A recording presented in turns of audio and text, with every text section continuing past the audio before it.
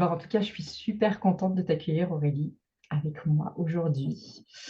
Donc, avec Aurélie, on s'est rencontrés dans un réseau d'entrepreneurs qui nous fait prendre soin de nous. Donc, on a un peu les mêmes valeurs, cette envie ouais, de prendre soin de nous d'une certaine manière, un peu plus. Aurélie, elle est maman comme moi. Euh, Elle fait de la prévention de santé. Elle est formée en sophrologie, elle fait du yoga du rire. J'ai participé à un de ses ateliers de lâcher prise où j'ai vraiment adoré connecter avec des personnes qui étaient là aussi pour ce but-là. Et puis, dans son parcours, Aurélie a rencontré deux événements qui sont pas faciles à vivre, qui sont deux cancers. Et aujourd'hui, du coup, elle transmet à sa manière comment justement se réinventer après ces événements. Est-ce que j'ai oublié quelque chose? Est-ce que tu Non, ajoutes je quelque pense que, chose? je pense que tu as un peu tout dit. Un peu tout, non, mais oui, oui, tu as bien capté un petit peu, qui je suis, à travers ces quelques mots, donc non, non, ouais, c'est ça. Je suis une maman, une femme, une exploratrice de la vie, Ah, dans ça me parle tellement. et dans ce qu'elle offre de moins fun, on va dire. Mhm. Heu, mais j'ai envie de dire, tant que la vie est là et qu'on a en nous cette force, voilà, de conquérir chaque jour ce qui nous attend, ben, c'est OK. Ok. Hum, Comment t'en es venue d'ailleurs à faire du yoga du rire, de la sophrologie, Hem, quoi, les pommes de départ? heu, Comment dire? Je Parce que je toi, c'était pense avant les événements, c'est avant que tu aies cancer, c'est ça? Tu ouais, t'es ouais, ouais, totalement. Je vais te confier une petite, anecdote, heu, qui fait qu'aujourd'hui, heu, bah, ce qui m'amène à faire toutes ces choses aujourd'hui. Quand j'étais, petite, en fait, quand j'étais enfant, mes parents avaient un couple d'amis, qui avaient, 3 enfants et 2 filles qui étaient, une, un peu plus âgée que moi, une qui avait le même âge que ma sœur et un petit frère et avec ma sœur et ses 2 copines, on se voyait assez régulièrement. Et quand on se voyait, en fait, souvent, on allait dans leur grenier et il y avait, pour moi, c'était un peu, une caverne d'Ali Baba, tu vois? Il y avait, une sorte de petite scè enfin, mes souvenirs, je pense qu'ils sont faux, tu vois? Mais en fait, de ce que je ressens encore, c'est ça. Il y avait qu'une petite scène et il y avait une grande malle avec plein de costumes, de déguisements et en Ah, fait, génial, passait, j'imagine bien. notre après-midi à préparer une sorte de spectacle, pièce de théâtre et tout ça et en fait, en fin d'après-midi, on appelait nos mamans et on leur disait: «Ah, venez voir notre spectacle et tout» et je te raconte ça parce que je pense qu'en fait, ce que je suis aujourd'hui, bah, je le suis depuis toujours, en fait, tu vois? Hmm. Et pourquoi je te dis ça? Parce qu'en fait, une de mes passions, c'est le théâtre, c'est monter sur scène et j'en ai fait, depuis que je suis dans la région bordelaise, parce que je suis pas du tout bordelaise moi à la base. Je suis arrivée sur Bordeaux en 2004, ça fait un peu plus de 20 ans. Et toute ma première partie de carrière professionnelle, s'est orientée plutôt, sur des postes, de commerce, de marketing, de com, j'ai évolué dans l'univers du média, presse, radio, dans des groupes, très connus, hein, de médias. Et puis en 2008, j'ai eu cet élan de créer une entreprise. Parce que je pense que ça aussi, ça fait partie de moi, en fait. Je pense que ce besoin de liberté, de créer, d'indépendance, mais de travailler aussi avec les autres sur du projet. Ça, c'est enfin, voilà, j'arrive pas à faire autrement, en fait. À chaque fois que j'ai été salariée, bah, ça s'est pas forcément bien fini, parce que, enfin, bien fini pour moi en tout cas, parce que j'arrivais pas à trouver ma place, en fait. Ok. Euh, J'étais toujours un peu à l'étroit, toujours un peu. J'avais envie, en fait, de faire des choses que mon poste ne me permettait pas, puisqu'il fallait suivre, voilà, Tu des avais postes. envie de pousser les murs, tu voulais de plus et en fait, Ouais, tu voilà, j'avais ne pas. envie de pousser les murs, mais à un moment donné, ben voilà, il faut rentrer dans des cases, et accepter aussi de devoir suivre une fiche de poste. Et voilà, ça, c'est quelque chose qui est très, très difficile pour moi. Donc, parfois, ça m'a joué des tours. Hmm. Et donc, à ce moment-là, en 2008, ben voilà, j'ai fait le choix d'arrêter le job que j'avais à l'époque, qui était consultante en ressources humaines dans une société d'intérim. Et puis, je me suis dit, bah, pourquoi pas? Allez, j'y vais. Donc, j'ai créé ma première entreprise dans tout ce qui était plutôt consulting en commerce, marketing, etc. Ce qui m'a valu des expériences de dingue. Voilà. J'ai travaillé avec une petite société de web marketing avec qui j'ai fait des projets super. Et j'ai eu aussi l'opportunité de travailler pour un grand groupe pétrolier. Donc, ça peut faire très polémique, mais c'est une expérience que j'oublierai jamais parce que ça a été un défi pour moi, parce que l'industrie lourde, voilà, j'y connaissais rien de rien. Mais ce sont des équipes qui intègrent vraiment euh, l'autre, voilà, d'une manière assez géniale. J'ai travaillé au cœur d'une raffinerie, dans la réalisation et la concrétisation d'un gros événement de communication interne pour répondre à une journée mondiale de la sécurité. Et donc, ça a été assez chouette. J'étais rattachée voilà, au service com, et puis je travaillais en collaboration avec les Là, c'était RH. pour de la prévention, du coup, un petit peu. Alors, là, c'était pour de la prévention, mais c'était plus sur un aspect communication interne. En fait, Oui. on m'a recruté pour mettre en place un événement dans le cadre de la Journée mondiale de la sécurité. Donc, en fait, je coordonnais avec les différentes équipes dans la raffinerie, avec les entreprises prestataires qui intervenaient dans la raffinerie, la mise en place d'une journée qui était dédiée justement à tout ce qui était prévention des risques, Hmm.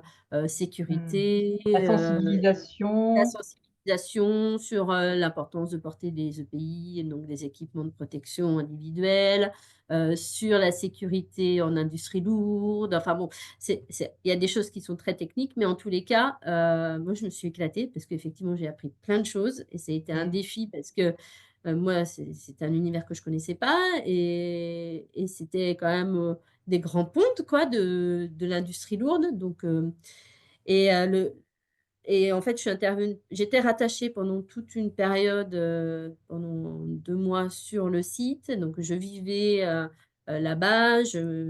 Voilà, j'étais comme salariée en quelque sorte, tu vois, sans être salariée. Et ça, en fait, du coup, ils ont renouvelé cette expérience avec moi pendant 3 années de suite, ce qui a été vraiment très, très sympa. Et la première année, il y avait 800 personnes, je crois. La deuxième année, 900. La troisième année, 1000. Et la première année, en fait, le directeur général de la raffinerie, à la fin, est venu me voir. Il me dit, mais Aurélie, mais merci, parce que déjà, c'est très, très bien passé.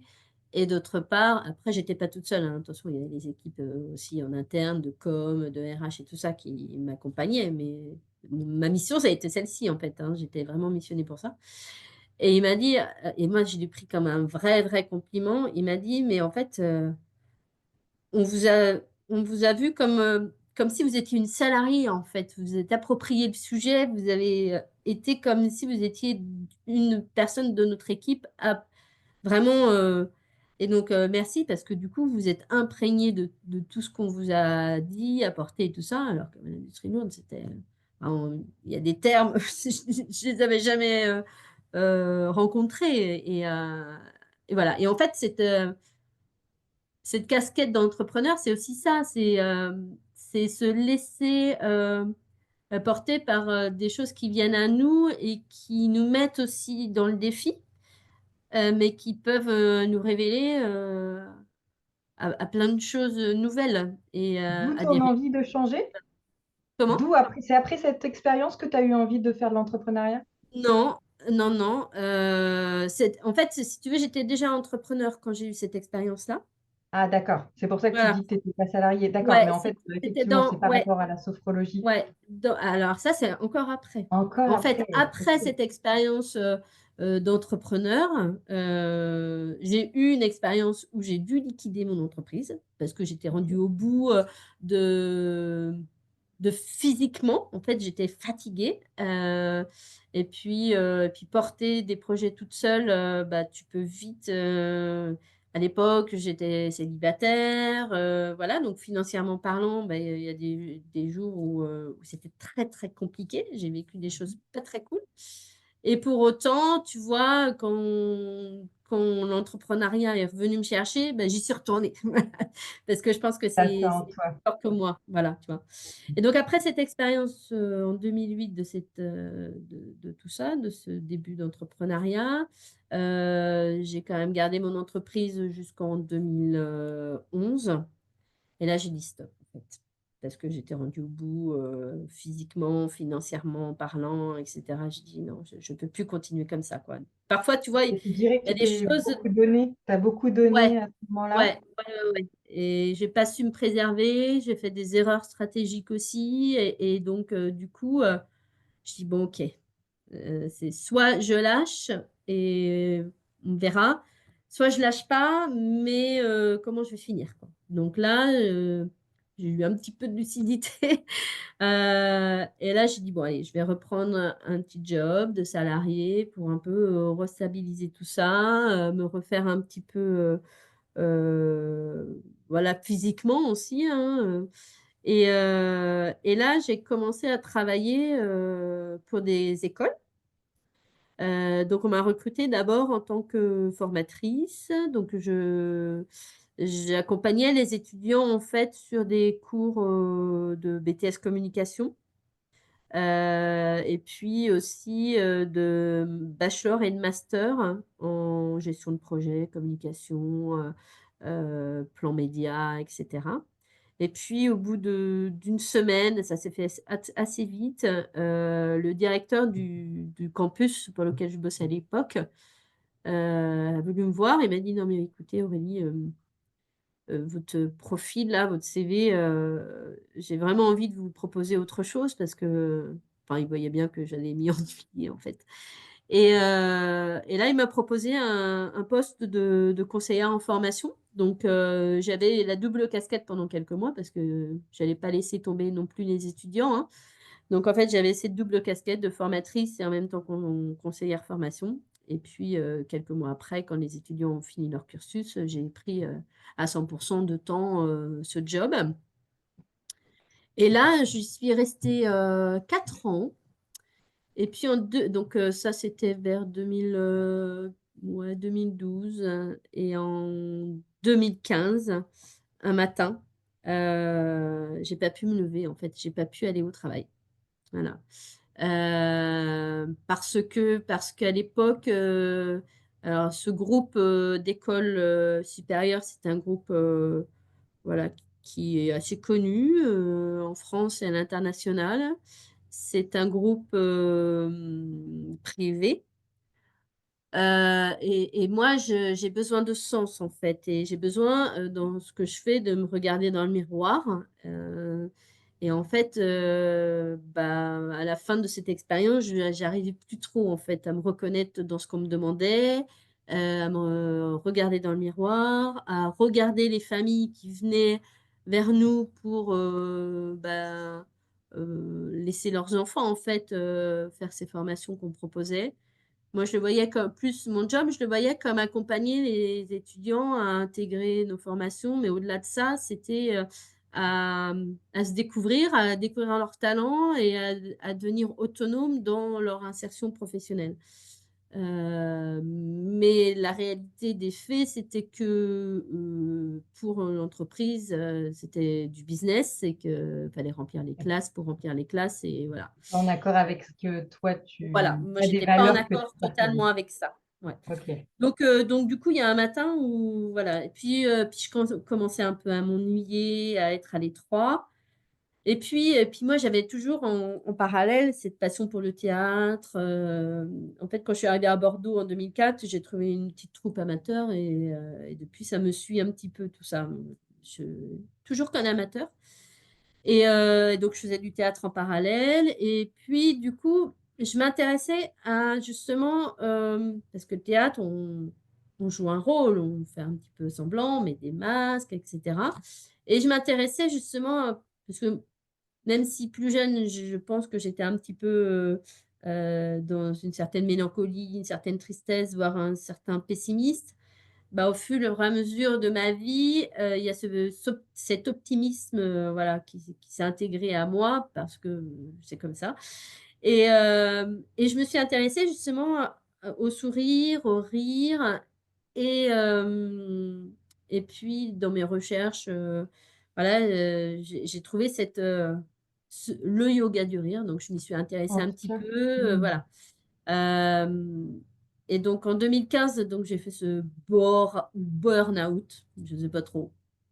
Aujourd'hui, voilà, j'en suis sortie donc mais j'ai pas envie trop d'y réfléchir. Mais en tout cas, mon médecin m'a arrêtée en septembre 2015.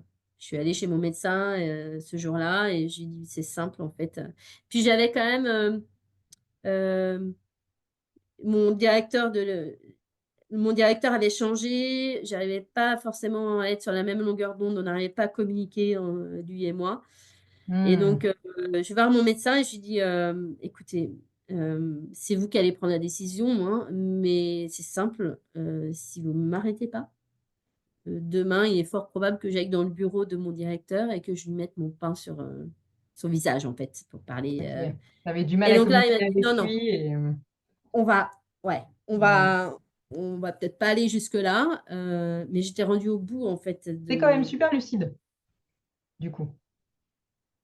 oui, oui, parce que je savais que, tu vois, dans le bureau de mon médecin, il y avait, je me souviendrai toujours, il y avait un tableau avec, avec une peinture d'un bateau qui était en pleine tempête, et tout ça et je dis au médecin: «Bah, vous voyez ce tableau-là? C'est exactement ce qu'il y a à l'intérieur de moi et effectivement, si vous ne m'arrêtez pas, Hmm. je ne sais pas ce de quoi je vais être capable, mais je pense que je serai capable de violence, en fait». Hmm. Donc il m'a dit: «Non, non, mais on va pas aller jusque-là». Donc il m'a arrêtée d'abord 15 jours. Donc ça, c'était en septembre 2015 et en novembre 2015, j'apprenais que j'étais enceinte. Et en fait, j'ai jamais repris mon job, dans cette structure depuis, en fait. Voilà. J'ai fait en fait, j'ai fait ma grossesse, voilà, arrêtée. Il m'arrêtait tous les 15 jours. Entre-temps, en parallèle, j'avais plus trop de relations avec mon entreprise, mais j'avais réussi quand même à valider une rupture conventionnelle et depuis, fin 2016, mon fils est né en juillet 2016 et depuis fin 2016, voilà, j'ai jamais repris mon poste et de toute façon, je l'aurais jamais repris parce que ça ne l'aurait pas fait. Et donc en fait, voilà, pendant ma grossesse, tu vois, j'avais le temps, et puis moi, je suis sensible, depuis, je pense, toute petite à quelque chose de plus grand que moi, tu vois? Déjà, je me revois, à 10 ans devant mon miroir en train de me dire: «Mais qu'est-ce que je fais sur terre? Pourquoi je suis là?» Des questions Hmm. assez existentielles, tu vois? Donc, tout ce qui est, autour de l'existence, de l'univers, tout ça, moi, ça m'a toujours un peu parlé, quoi, tu vois? Et donc du coup, cette période, elle a été, bercée un peu de tout ça. Et puis, moi, j'aime bien être actrice, de ma vie. Et donc en fait, ma grossesse m'a permis de me poser toutes ces questions. Qu'est-ce que je vais faire après, en fait? Hem Ça me faisait flipper grave, tu vois? Parce que déjà, ça me faisait flipper d'être maman, clairement, parce qu'à l'époque, j'avais 38 ans, que moi, je suis pas une femme qui, a besoin de la maternité pour être épanoui. Au tout début, de ma relation avec, mon mari actuel, il me connaissait, il savait que je voulais pas forcément d'enfants. Hem, bon après, c'est pas quelque chose qui le dérangeait plus que ça, tu vois? Mais j'ai toujours fortement assumé cette chose-là, que je voulais pas d'enfants, que c'était pas nécessaire pour mon épanouissement et cetera. Et puis, enfin, tu sais comment est fait la vie, une femme, ça les hormones, ça voilà et puis peut-être aussi une injonction sociale inconsciemment, tu vois? À 37-38 ans, je me dis: «Ah mais si quand même, ça serait peut-être bien» et cetera et puis et voilà et ouais et mon petit garçon est là aujourd'hui mais ça m'a toujours fait flipper, et ça me fait encore flipper, et là, quasiment 9 ans, tu vois? Moi, je me considère Tu un pas rôle forcément important, hein. comme maman, tu vois? C'est enfin, Mmh. je me considère comme plutôt comme, une accompagnatrice à ce que mon fils se révèle, avec toute mon imperfection, avec toutes mes névroses, avec tous mes Et je trouve ça travers. tellement beau parce que c'est tellement, je trouve, à l'inverse, difficile quand on s'identifie trop à ce rôle. Hem, Moi, j'ai connu l'inverse. C'est que j'avais l'impression que je serai quelqu'un quand j'aurai, Mmh, cette chance d'avoir ce rôle de maman. J'avais l'impression du coup qu'on m'enlevait quelque chose. Donc, mmh, pour ça, on l'a pas ressenti pareil. Et du ouais, coup, pour l'enfant, ça peut être difficile, si on a ce rôle, auprès de lui de vivre parce que enfin, de se sentir exister parce qu'il est là. mmh. C'est Ouais, important, ça peut mettre un peu de pression, effectivement. un peu beaucoup même. Ouais. D'ailleurs, c'est quelque chose qui arrive très souvent, et on le ressent souvent, quand les enfants s'en vont. Quand Et c'est oui, très fort identifié à qui on était, par le biais de nos enfants, on ressent souvent un gros vide un quand gros vide, ils bah, ils ont besoin d'être autonomes un jour, hein. c'est ça. Ouais, Et donc quand on leur a pas laissé vraiment c'est ça. ça peut créer des difficultés. Ouais, Donc bon, non, ouais. non, je trouve que ce rôle Et d'accompagnatrice que tu parles, je trouve que c'est hyper, centré et juste au contraire, je trouve comme rôle, mmh. à avoir. En fait, si tu veux, moi, Recul. ça me met tellement de en fait, tu vois, une des raisons, mais c'est quand même une raison, quand même, très conséquente. Une des raisons qui a fait que je voulais pas d'enfant, heu, c'était que, bon, avec un homme, tu as un lien, il y a de l'amour et cetera, mais si un jour l'amour s'en va, heu, bah, tu peux te séparer, en fait, il y a une possibilité. En revanche, avec un enfant, bah, en fait, ce lien, il est ad vitam aeternam et ça, pour moi, ça me mettait vachement en pression parce que justement, moi, j'ai besoin de cette liberté, de cette autonomie, de cette indépendance. Je vais te raconter un truc tout bête, mais c'est peut-être très dingue et ça va peut-être paraître très dingue, mais en fait, moi, j'ai besoin, dans mes journées, dans mon quotidien, de faire des choses pour moi qui m'épanouissent, mais de et que pas forcément d'autres gens savent ce que je fais. Non pas pour cacher, non pas parce que j'ai pas confiance, non pas parce que j'ai des trucs à cacher, non, mais parce qu'en fait, je suis comme ça, en fait. Et en ayant un enfant, bah, dans mon cerveau, ça me disait: «Bah, ouais, mais ça, tu vas le perdre, en fait». Et tu vas Mmh. perdre cette possibilité de faire ce que tu as envie quand tu as envie, tu vois? Et d'avoir des contraintes, d'aller le chercher chez sa nounou, d'aller le chercher à l'école et de plus être en capacité alors c'est peut-être mon côté égoïste qui parle, mais de plus être en capacité de faire ça, d'une part et puis d'autre part, moi, ça me mettait beaucoup de pression, en fait. Pour moi, c'était, ce lien d'attachement et cette pression, c'était quelque chose, que j'imaginais comme, quelque chose d'infaisable pour moi en tout cas, tu vois? Et puis la troisième chose, c'est que, ça me faisait flipper d'être maman parce que j'avais pas forcément envie, de ressembler, à ma maman. et de ressembler, à toutes ces mamans-là qui sont un peu maman poule et tout ça, même si aujourd'hui je dois un peu l'être. Mais tu vois, je me disais: «Mais en fait, j'ai pas envie de changer et je sais que si je deviens maman, peut-être que je vais changer, peut-être que» tu vois? Parce que moi, je suis quelqu'un Tu d'assez avais une cool, hauteur que j'avais tellement pas, mais c'est magnifique, moi, je trouve. ah C'est ouais, tu trouves? bah, ouais, Moi, je le je trouve. considère ça un peu comme des failles, tu vois? Des c'est Ah, waouh, moi, je vois la beauté là-dedans, du respect que tu avais sur ce qui est important pour toi. En fait, je vois tellement aujourd'hui, je vois tellement que de fait d'aller contre ce qui est à l'intérieur de nous, de mmh, s'injecter, entre guillemets, les valeurs que les autres nous dictent, ça nous rend mmh, tellement mal mmh, que de voir que toi, tu te connaissais tellement bien que tu savais que potentiellement, tu vois? Et que enfin, au contraire, moi, je trouve ça hyper respectueux envers toi et je trouve ça génial. Je ouais, trouve ça beau même, tu vois? Mmh, c'est quelque chose, tu vois, que vers lequel, pour moi, j'essaye vraiment de mmh, tendre. ouais, ouais. Après, c'est, tu vois, j'ai une amie qui un jour m'a dit: «Écoute Aurélie, moi je t'admire parce qu'en fait, on parlait de nos jobs et cetera et c'était la période où, j'étais enceinte et où j'étais sortie, de l'entreprise et tout ça et elle me dit: «Mais en fait, toi, tu as ce truc», c'est une amie avec qui j'ai fait mes études, supérieures et elle me dit: «Toi, tu as ce truc, c'est dingue, à chaque fois tu es dans un environnement qui te convient plus ou tu sais plus connecter à tes valeurs, tu te casses, quoi».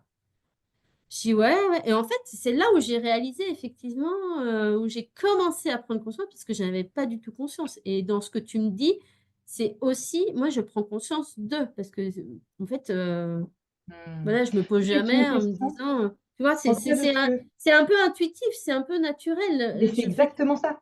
Mais ce qui est génial chez toi, de ce que je comprends, c'est que ce temps, il te faut peu de temps, en tout cas, pour analyser la situation et te dire: «OK, ça ne me convient pas, je change». mmh. C'est quelque chose qui m'a fallu très longtemps avant de comprendre, Ouais, mais tu sais que je me suradaptais et que ouais, ça devenait nocif pour moi. mmh. Il m'a fallu 11 ans, peut-être même Ouais, mais moi, plus, il m'a fallu enfin un burn-out, et le oui. cancer et peut-être que c'est pas fini, tu vois? Ah mais Donc en fait, après, c'est tu quelque vois? chose, C'est, on réduit le temps de changer le cap.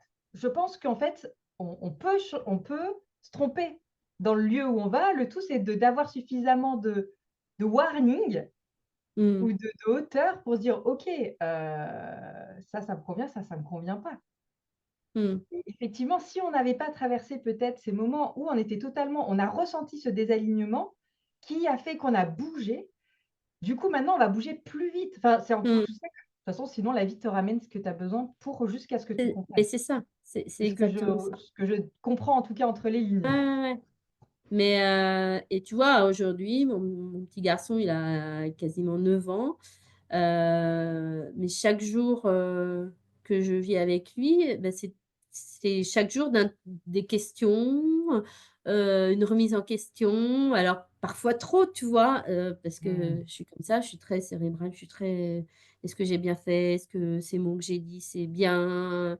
Est-ce que telle situation, c'est bien?» enfin, Ça me fait tu en es partie. même sûr des fois. Alors moi, j'appelle ça être, au deuxième étage du bus. Mmh. Je ne sais pas si tu as déjà entendu parler de cette expression? Non, non. C'est quand, et c'est utile de temps en temps passer au deuxième étage du bus pour prendre de la hauteur et pour observer, pour analyser, pour se dire: «OK, j'en suis là, j'ai fait ça, du coup, je vais choisir telle et telle chose». Ça, c'est un endroit où c'est chouette d'être, sauf qu'il faut avoir conscience que quand tu es là, tu avances pas, quoi. Tu es pas au Eh volant. beh, ouais, mais clairement, pas Tu autant. passes pas à l'action, Mmh, et tu es pas face aux choses que tu as vraiment besoin de c'est faire ça, pour obtenir ce que tu veux. ça. Mmh, mmh, mmh. Donc Ouais, en fait, c'est de la voilà, c'est prendre cette hauteur et savoir quand est-ce qu'on est dans le bus. mais Au deuxième étage. c'est du réajustement quotidien, en fait. C'est vraiment ça et tu vois, aujourd'hui, je suis toujours dans la même perspective. C'est-à-dire que, OK, je suis, maman, d'un petit garçon, génial, de quasiment 9 ans. Mais clairement, je ne pourrais pas être la maman de plusieurs enfants, quoi. Ça, c'est pour Ah. moi mission impossible et des fois quand je le dis à des amis ou, à des proches, ils me disent: «Mais si, mais Aurélie, mais tu as fait plein de choses, beaucoup plus difficiles». Non, mais non, en fait. Pour moi, c'est pas possible. Tu vois, ça serait inimaginable, quoi. C'est Mmh. au-dessus de ce que je suis capable de faire. Alors Mmh. que, je ne sais pas si on va en parler, mais alors qu'aujourd'hui, j'ai vécu des choses compliquées et là, je suis en train de créer des choses. À côté, élever un enfant, c'est peut-être de la lunette, j'en sais rien. Mais pour moi, élever un enfant ou l'accompagner dans sa construction, c'est la chose la plus complexe et difficile que je puisse faire dans ma vie. C'est fou Mmh. ce que je te dis, hein. Et Ah, mais après, je c'est peux ma comprendre. position, c'est voilà, c'est vraiment moi par rapport à ça. Mais Ouais. Du coup, tu as et tu pris sais ce rôle, en tout cas, à cœur. Tu dis que c'était un rôle que tu avais un peu du mal à te projeter dedans, mmh, qui a fait que ah enfin, oui, voilà, que tu as mis un moment avant de te clairement. décider. Et Heu, aujourd'hui, c'est au quotidien, j'apprivoise en fait, je bidouille. Mais en fait, heu, on se peut-être sous-estime, hein, ouais, mais j'ai l'impression de bidouiller en fait, tout le temps. Mais dans tout ce que je fais, hein. C'est et de la donc bidouille. Je fais avec ce que je suis, ce que les autres sont et comment il je y le a plein ressens. d'avantages de ça, je trouve. C'est que quand tu as bidouillé, que tu as mis les mains dans le moteur, je peux te dire qu'en général, tu sais comment ça fonctionne. Ah D'où oui, l'avantage de pouvoir ajuster. oui, ça c'est sûr, ça c'est Alors sûr. que quand on dit les choses où tu devrais, tu sais, que tu es de Mmh. loin, que tu vis pas le truc dedans, que tu es pas dedans en train Mmh. d'en chier une belle, Ah oui, bah, des fois, il va falloir plusieurs expériences comme ça pour que ouais, tu alors que là, une, ouais, ça suffit. ça Tu es suffit, bien dedans, ça suffit, tu retiendras la leçon. c'est ça. Non, puis comme Moi, j'ai ça comme besoin de d'autres choses pour être épanouie, du coup, je me dis: «Bah». Et puis aujourd'hui, tu vois, j'ai 47 ans, j'ai vécu, 2 cancers qui font que physiquement, ça serait de la folie pour moi, en fait. Pour moi, pour ma famille, pour mmh, l'équipe de ma famille et puis, tu sais, en fait, depuis que mon fils est né, c'est, quelque chose, je me souviens, j'ai des amis qui étaient venus me voir à la maternité et qui m'avaient dit: «Ah bah, c'est cool, bon, bientôt le deuxième tout ça». J'avais dit: «Ah non, non, non, moi je n'aurai pas de deuxième». Et elles m'ont dit: «Oui, mais tu dis ça parce que voilà, ça vient juste de se faire là». J'ai dit: «Ah non, non». Et 9 ans après, j'ai toujours le même discours en fait, tu vois? C'est du coup, vraiment, non, non, parce que, je j'arrive pas à me dire que j'ai assez d'amour pour un deuxième ou un troisième enfin, tu vois? Et après, tu doutais déjà d'en avoir pour un, ouais, c'est vrai, c'est alors que vrai, tu y arrives. c'est vrai. Mais tu sais, je m'étais promis, je m'étais dit et c'est peut-être pour ça que je l'ai eu tard aussi mon fils et puis pour que la vie a fait que ça s'est pas présenté avant. Mais je m'étais promis, je m'étais dit: «Écoute Aurélie, si un jour tu dois avoir un enfant, d'une part, heu, c'est la nature qui te l'offrira et hem, moi j'avais pas envie, tu vois, d'envisager un protocole ou quoi que ce soit parce que j'avais pas envie de me faire subir ça à mon corps et puis grand bien m'en fasse parce que mon corps a vécu d'autres choses, aussi terribles, voire plus terribles, qui font que voilà, j'aurais peut-être pas supporté, plus quoi Mmh. et j'avais pas envie de faire ça vivre ça à mon couple, tu vois? Ni à mon conjoint parce que voilà, j'ai autour de moi des femmes qui ont vécu ça et c'est pas si simple que ça. Et donc d'une part, je m'étais dit: «Bah, si la nature, n'est pas en capacité de me l'offrir, je ferai pas, tout le nécessaire pour, avoir un enfant, pas forcément tout à fait naturellement». Et puis je m'étais aussi calée dans la tête, ce qui est totalement faux d'ailleurs, que je ferai un enfant à partir du moment où j'aurai, évacué toutes, ces névroses, toutes ces choses-là qui sont moi et qui font que je suis pas parfaite. Mais en fait, c'est faux. C'est faux parce que les névroses, j'en ai encore et j'en aurai toute ma vie Et et ça a des que avantages, hein, que nos enfants nous voient aussi c'est ça, avec nos névroses parce que du c'est ça. coup, enfin, ils en auront et c'est pas la cata et il y a Exactement, des plein de choses exact qui font que c'est une beauté, ouais, donc bon. Mais c'est ça. effectivement, je vois tout à fait ce que tu veux dire. Ouais, on a envie d'être parfait pour eux, les Ouais, futures générations, pour ce futur monde qui arrive, c'est ça, c'est ça. mmh. Mais, et puis, tu vois, moi, je suis pas Florence Foresti, hein, mais à la naissance de mon fils, et puis après, et puis même encore maintenant, je me dis un jour, j'écrirai peut-être un livre euh, et qui sera sur ben, justement, comment on appelle ça? Je perds mes mots, mais euh, merde. Ah merde, je sais plus comment on appelle ça. Mais c'est, tu vois, quand tu annonces que tu es enceinte, toutes les femmes te disent, ah, c'est génial, c'est le plus beau métier du monde, tu vas voir, c'est que du bonheur. Mais en fait, c'est pas que du bonheur. Tu vois, des légendes urbaines, toutes ces légendes urbaines que D'accord. de mère en fille, on se donne, tu vas voir, c'est le plus beau métier du monde. Quand tu vas avoir ton fils ou ton enfant sur ton ventre, là, tout va disparaître, tes douleurs. Mais non, en fait, j'en ai chié. Il y a eu 48 heures de travail, j'ai eu une césarienne d'urgence parce que mon fils avait le cordon autour du cou. Mon fils n'a pas fait ses nuits pendant 10 mois parce il a fait sa première nuit avec mes beaux-parents quand il avait 10 mois. Euh, et mon corps, il a les stigmates de tout ça, en fait. Mon fils, quand on me l'a mis sur moi, ça n'a pas été waouh, des paillettes partout, c'est génial, quoi. Hmm, Et aimé mon fils, mais ça s'est fait petit à petit. Et j'aime mon hmm. fils. Voilà, c'est pas comme ça, c'est pas un truc magique. Alors, peut-être pour certaines femmes, mais en fait, moi, j'ai pas ressenti et vécu comme ça, en fait. Tu vois. Ouais.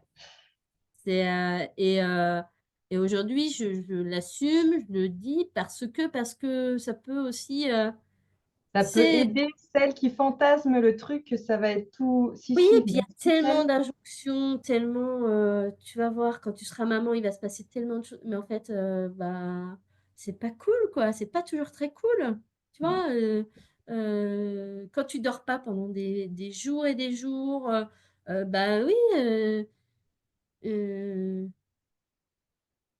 il y a des c'est pas burn-out vrai. C'est pas que du personnels, bonheur. en fait, Enfin, c'est pas que du confort. c'est pas que du confort.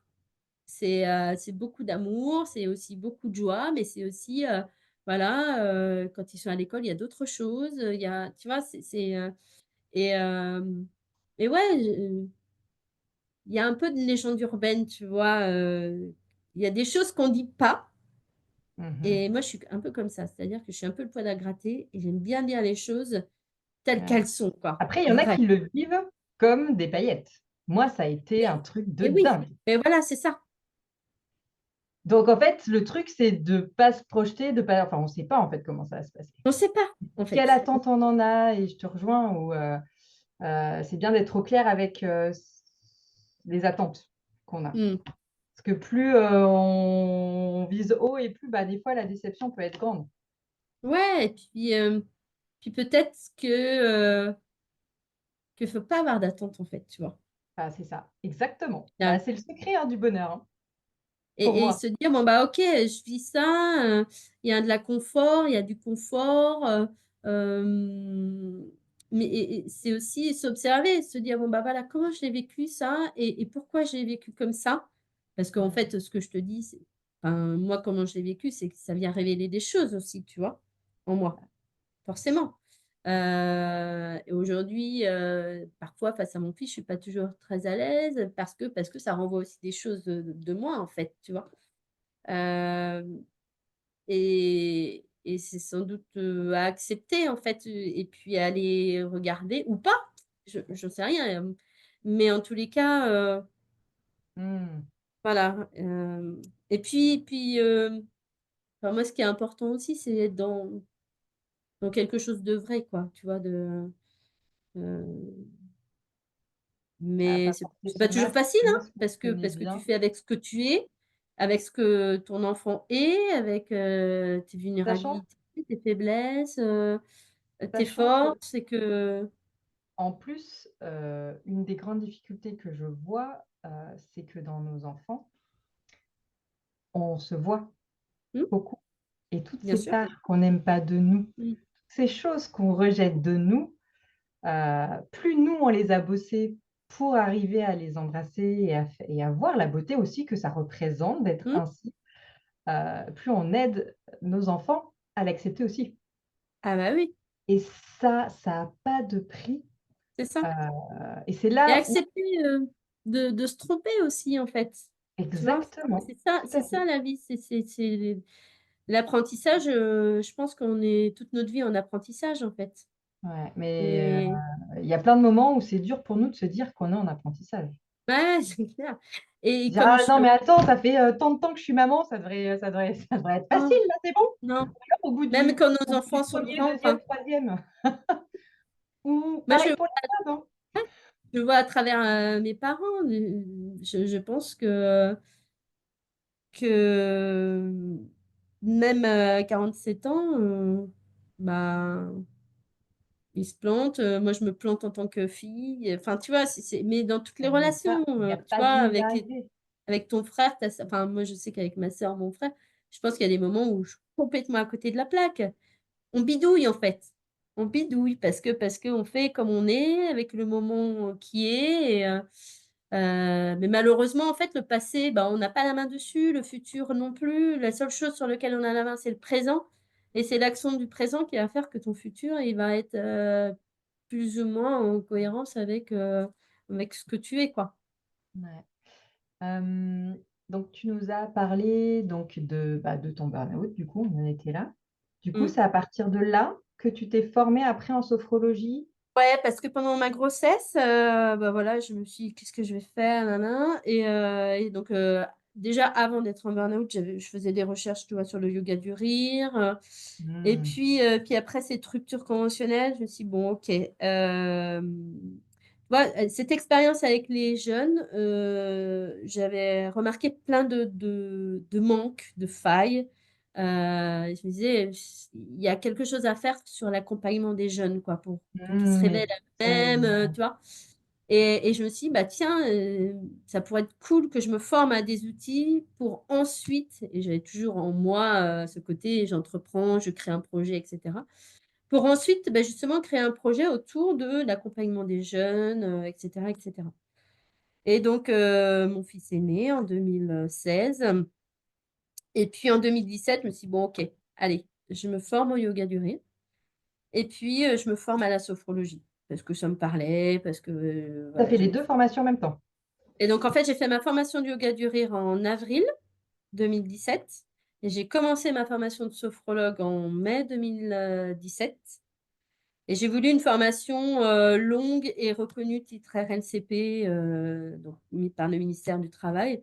Parce que pour moi, c'était, important d'avoir cette légitimité et d'avoir une reconnaissance au niveau professionnel quoi, hein, tu vois?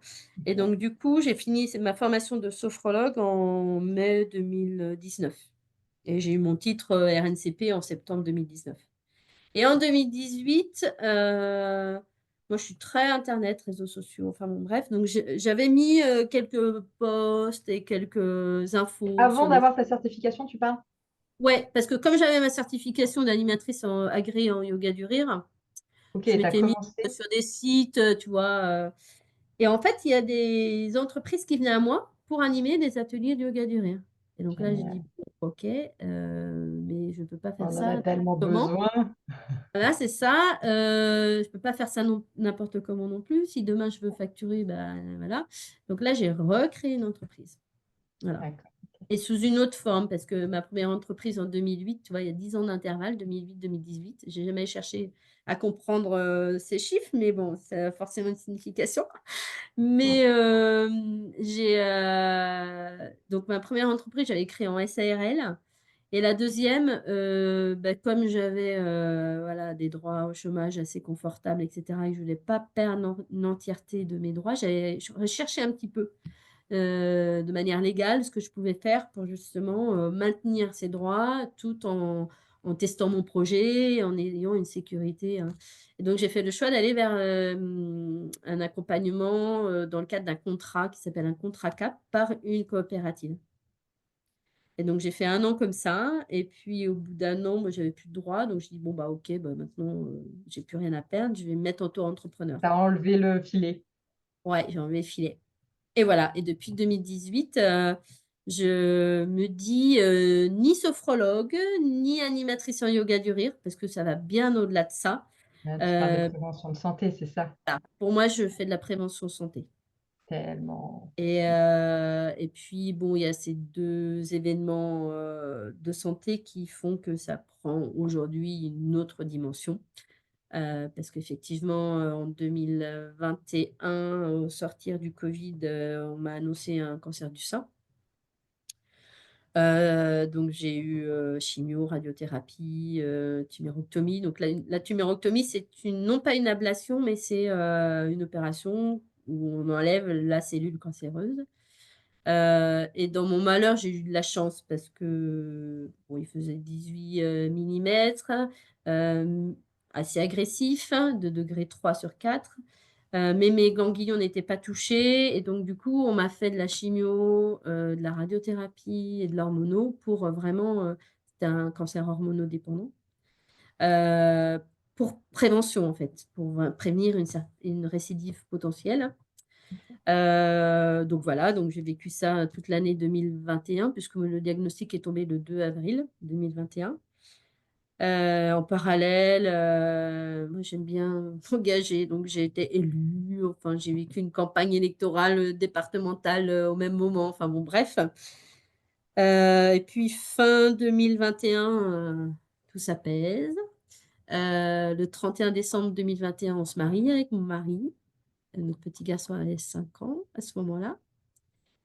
Et c'est chouette, la vie reprend, voilà. Même si l'après est pas si simple. Mm. C'est quoi qui t'a aidé? 2022, comment? Quoi qui t'a aidé à ce moment-là? Sur quoi C'est quoi tu... qui m'a aidé à ce moment-là? Bah, c'est le soutien des proches. À ce Mhm. moment-là, pendant les traitements et tout ça, ou après plutôt? Bon, peut-être les deux. Euh, Pendant, bah, c'est d'une part me dire, en fait, quand le diagnostic a été posé, mon mari était avec moi. C'était un vendredi matin, 2 avril. Et j'étais chez ma gynécologue. Elle tournait autour du pot, tout ça. Et j'ai dit, non, écoutez, qu'est-ce qui se passe là? Dites-moi vraiment ce qu'il en est. Donc là, elle me dit.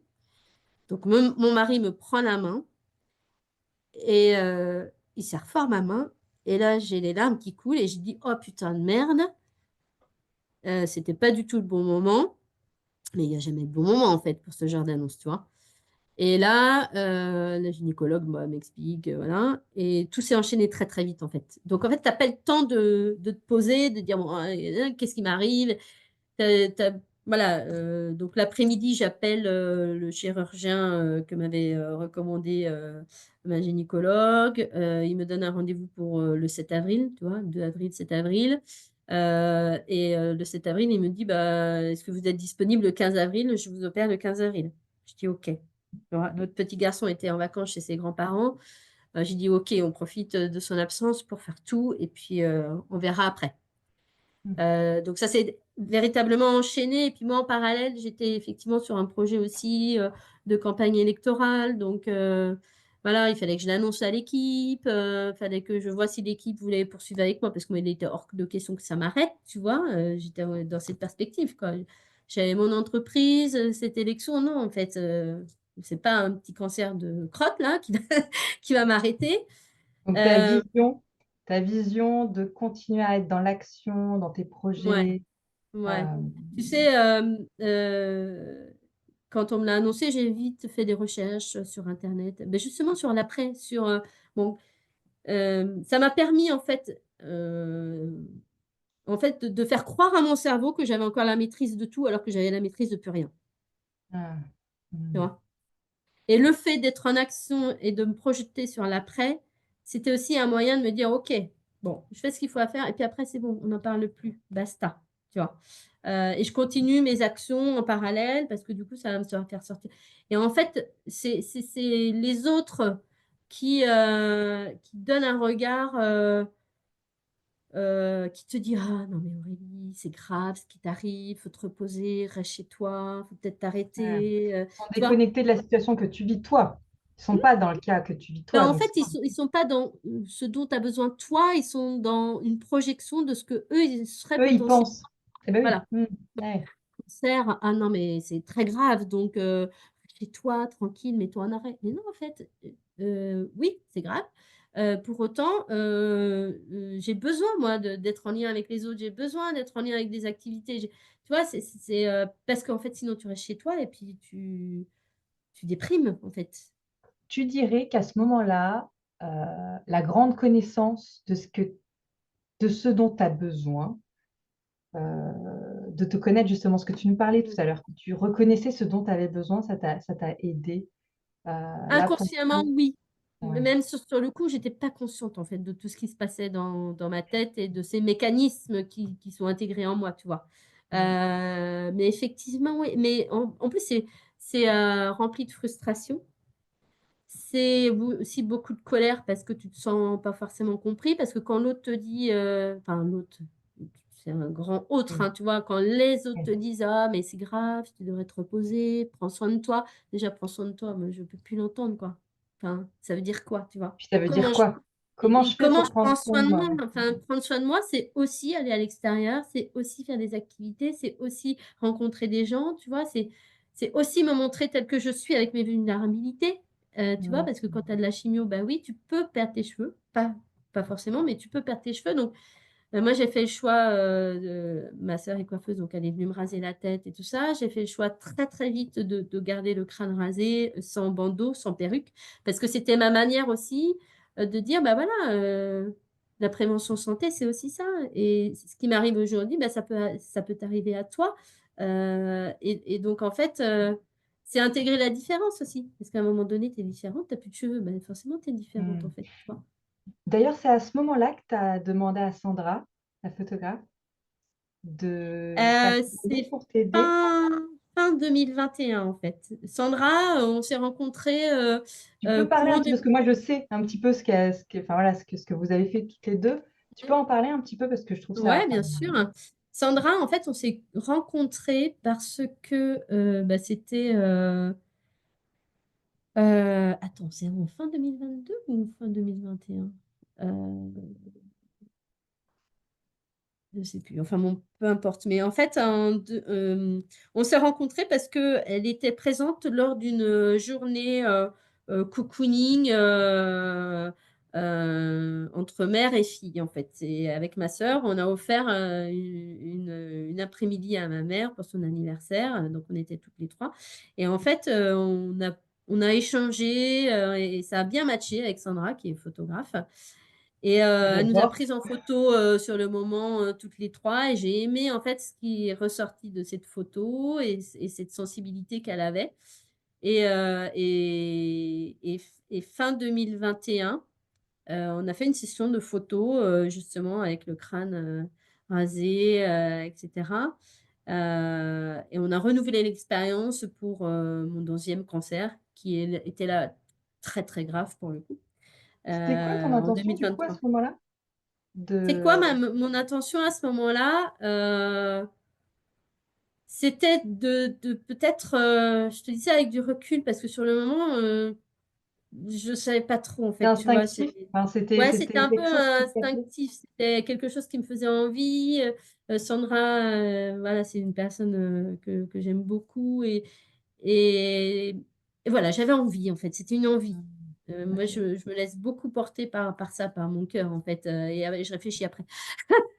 Des fois, je ferais mieux de Je connais. réfléchir avant, mais bon, c'est comme ça, on peut pas se refaire, faut s'accepter tel qu'on est et du coup, mon intention, je pense, c'était ouais, c'était d'une part parce que j'en avais envie profondément, puis c'était peut-être une manière aussi d'ancrer ce moment et puis de me reconnecter à quelque chose que sur le moment je n'étais plus quoi, une femme, en vie, avec son corps, ses cicatrices, tu vois? Et peut-être c'était une manière d'accepter ça et de mieux vivre avec. Je sais pas, hein, je te dis ça maintenant, mais voilà, Non. tu vois? Et puis 2022, bah, j'ai repris mon activité, d'entrepreneuse. En parallèle, j'ai repris un job, parce que c'était une manière aussi de me sécuriser et puis, C'était une amie qui me proposait quelque chose et je me suis dit, bah, elle connaît mon parcours, elle sait qui je suis, ça va être simple et je vais pas me prendre la tête. Et puis c'était sur quelque chose que je maîtrisais pas trop, mais qui me plaisait bien, puisque c'était la réalisation d'analyse des besoins sociaux de collectivités. Donc moi, le discours élu, des Hmm. collectivités, moi, c'est quelque chose qui me plaît bien quand même, hein. Il y avait une dimension très sociologique, très analytique aussi, et puis dans la rencontre, puisqu'on animait pas mal d'ateliers, autour de sujets, moi, voilà, qui me plaisent, hein, les seniors, le handicap, la famille, etc. Donc, voilà. Et, euh, et puis fin 2022, j'étais extrêmement fatiguée, mais vraiment fatiguée. On est parti en vacances avec mon mari et mon fils en Finlande. On a vécu voilà, 15 jours extraordinaires et on est revenu. Et en janvier, j'étais vraiment fatiguée. Mais fatiguée comme j'avais jamais été, en fait. Un truc que je Janvier connaissais. 2022? Janvier 2023.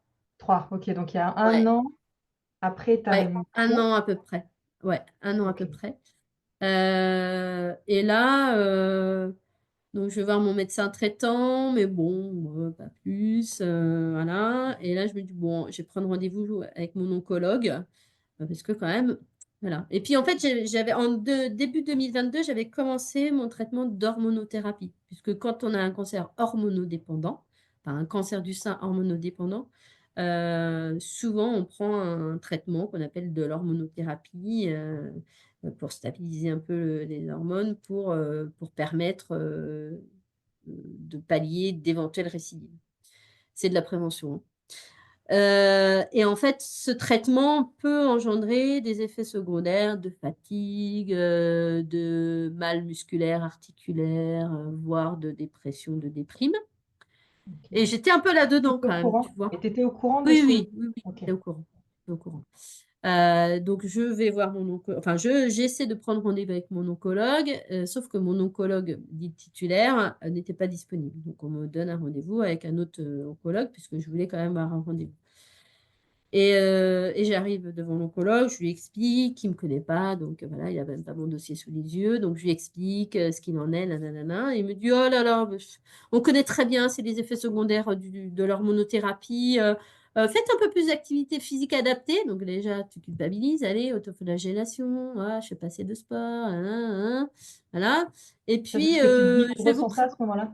Ouais, Tu je ressens ressens un peu ça à ce ça, ouais. moment-là? Ouais, je ressens un peu ça parce que tu te dis, bah, ouais, mais en fait, j'ai mon job, j'ai mon fils, j'ai mon Hmm. mari, et le sport, je le casse où, quoi. Et l'activité physique, je le casse où, quoi. Enfin, tu vois, c'est un peu Et du ça. coup, C'est un il peu, te tu te donne dis, pas forcément de choses pour t'aider à ce moment-là, tu vois. De ce que je comprends, le oui. médecin, il te dit, en gros, Ah non, non, il me dit, c'est les effets secondaires du tamoxifen, enfin, de l'hormonothérapie. Faites un peu plus d'activité physique adaptée. Et puis, je vous prescris un peu de kiné-balnéo, ça va faire du bien.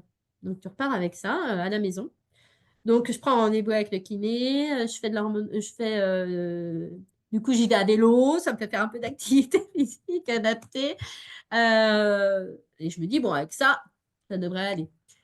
Et puis, un mois après, c'est-à-dire en février, ça va toujours pas, c'est quasiment pire. Là, je dis, non, c'est pas possible, il y a un truc. Enfin, je montais les escaliers, j'étais essoufflée. Enfin, tu vois. hmm.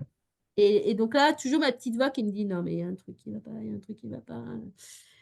Et début mars, je me dis, bon, je vais reprendre rendez-vous chez l'oncologue parce que ça va pas, quoi. Donc, rebelote, je rappelle le service, rebelote, ils me disent qu'elle n'est pas dispo. Donc, je dis, non, mais là, il me faut un rendez-vous, peu importe qui c'est, il me faut un rendez-vous. Donc, j'ai de nouveau un rendez-vous avec une oncologue qui me connaît pas, que j'ai jamais vue. Je répète tout. Et là, même chose. Ah, mais non, c'est l'hormonothérapie, tout ça. Bon, ok, on va vous prescrire quand même une prise de sang pour savoir si vous êtes ménopausée. Si vous êtes ménopausée, on pourra changer de traitement d'hormonothérapie. Sinon, j'amoindris votre traitement. Donc, je fais cette prise de sang non ménopausée. Même si, en fait, j'avais plus mes règles depuis juin, depuis le début de la chimie, en fait. Et je les ai Ok. jamais réues.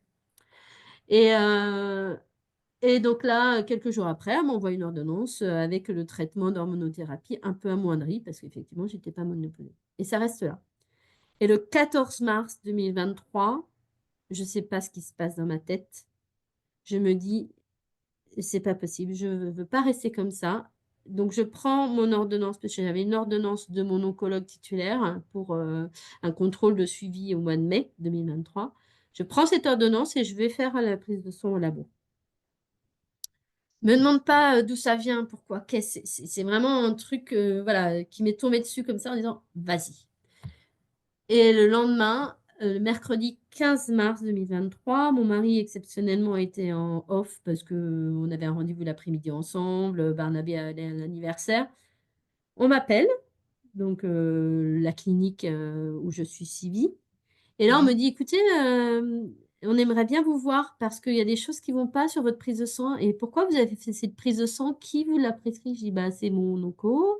Et je l'ai faite parce que, en fait, je n'allais pas du tout bien. Et donc, du coup, vous avez bien fait. On voudrait vous voir. Donc, moi, dans mon cerveau, oh, bah, aujourd'hui, c'est pas possible. Demain, c'est pas possible. Vendredi. Ah non, non, aujourd'hui. Ok. Donc, on emmène notre petit garçon à 13 heures à son anniversaire. Entre-temps, on appelle un de nos copains en lui disant, écoute, on va à l'hôpital là, pour des petits examens, mais euh, on va peut-être pas être à l'heure à 17 heures pour aller chercher Barnabé. Est-ce que tu peux le récupérer en même temps que ta fille? Et puis, on viendra le récupérer chez toi. Ouais, ouais, pas de souci. 14 heures, j'arrive en rendez-vous avec mon mari. Donc là, c'est l'oncologue que j'avais vu un mois avant qui m'avait prescrit l'hormonothérapie qui nous reçoit et qui nous dit, bon, bah voilà, il y a ça qui... Mais en fait, je ne comprenais rien en fait. Elle me dit, il y a ça qui ne va pas sur votre prise de sang, il y a ça qui ne va pas. Mais moi, je ne suis pas médecin, je ne suis pas infirmière, je ne sais pas en fait. Je ne comprends rien de ce qu'elle me raconte. Et elle me dit, bon, bah voilà, ce qui va se passer. Je vais appeler pour vous faire passer un scanner. Et puis après le scanner, je vous ferai une ponction et puis après on verra. Ok, bon. Moi, j'ai pas ressenti d'inquiétude, enfin rien. Et donc, elle appelle le service du scanner. Je vois bien que le scanner, il passe quand même au chausse-pied, hein, parce que l'interlocuteur, il lui dit 27 mars. Elle lui dit non, non, non, non, aujourd'hui. Ok, d'accord. Donc, un quart d'heure après, je suis dans le scanner, je passe le scanner, tout ça. Et je reviens. Et mon mari était avec moi. Et là, elle me dit, écoutez, je ne vais pas vous faire la ponction. Voilà ce qui se passe. Votre rate est très, très grosse. C'est signe qu'il y a des toxines dans votre rate. Et je te dis ça par rapport à ce que je me souviens et par rapport à ce que mon cerveau a été en capacité d'entendre à ce moment-là, Retenir tu à ce vois. moment-là, bah oui. Voilà. Ouais. Scientifiquement, je ne sais pas du tout, voilà, l'expliquer. Enfin, et donc, du coup, ce qui montre qu'il y a des toxines dans votre rate, c'est pas normal. Donc, moi, je veux pas vous faire la ponction. Je voudrais que ce soit mes homologues de Haut-l'Évêque. Donc, vous allez aller à Haut-l'Évêque. On vous y attend. Et là, je la regarde. Je dis, mais qu'est-ce qui se passe? Enfin, Vous voulez pas et là, elle m'expliquer? me dit, comment? Je dis, là, tu as envie de dire, mais expliquez-moi, quoi. Ah bah oui. C'est Et là, elle me dit simplement, comme ça, elle était quasi debout, tu vois, en train d'ouvrir la porte pour qu'on parte à Haut-l'Évêque. Et là, elle me dit, on suspecte une leucémie aiguë méloïde. Qu'est-ce que c'est, quoi? Enfin, tu vois, tu te dis, mais leucémie, si mes souvenirs sont bons, c'est peut-être un cancer du sang, non? Je vais peut-être mourir, non? Enfin, tu vois, enfin, je te dis ça avec du recul hein, maintenant, mais en fait, il se passe En tout cas, rien à la fois dans ta tête, en fait, tu vois, il n'y avait peut-être pas de meilleure façon de le dire, mais ça aurait peut-être été différent, ça aurait peut-être été mieux. voilà. Donc là, ben, avec mon mari, on se regarde, et puis là, bah, mais en fait, en mode complètement déconnecté. Enfin, tu vois, sur une autre planète, je ne savais plus quoi faire, quoi te dire. Mon mari, je pense qu'il était un peu comme moi, tu vois, même si je pense qu'il avait capté les plus de choses que moi, je n'avais captées. Ça s'appelle être Et là, bah, connecté. on prend nos affaires. Elle nous raccompagne à peine. Moi, j'étais en larmes. euh, et on va au l'évêque, en fait. On va au l'évêque. Là, moi, j'appelle ma meilleure amie. Je lui dis, bah, écoute, je vais au l'évêque. On m'a annoncé une leucémie. Voilà, c'est tout ce que je peux te dire. Et là, on rentre à Olévêque. Moi, j'étais en stress, c'est pas possible. La secrétaire me dit, calmez-vous, on vous attend. Rassurez-vous, tout va bien se passer, on vous attend. Voilà. Et là, bah voilà, tu rentres dans une chambre, tu es en aplasie parce que, en fait, euh, je pose. En fait, c'est mon mari qui me l'a dit après coup, hein, mais parce que moi, je m'en souvenais plus de tout ça. J'ai demandé au docteur, bah, est-ce que je vais mourir, docteur? Parce que là, enfin, tu vois, c'est ça que tu t'imagines, quoi. Il me dit, bah, en fait, si on fait rien, c'est une question de semaine. Ok. Et voilà. Donc là, ils me font la ponction, ils me font tous les examens parce que là, ça demande plein d'examens. Et effectivement, je pense que si j'avais attendu quelques jours de plus, je me retrouvais en réanimation. Voilà. Et en fait, je raconte ça parce que, et c'est important pour moi de le raconter parce que euh, Merci de me le partager parce que enfin, c'est parce qu'on peut tous à un moment donné être happés par ce genre de choses et que il faut être acteur.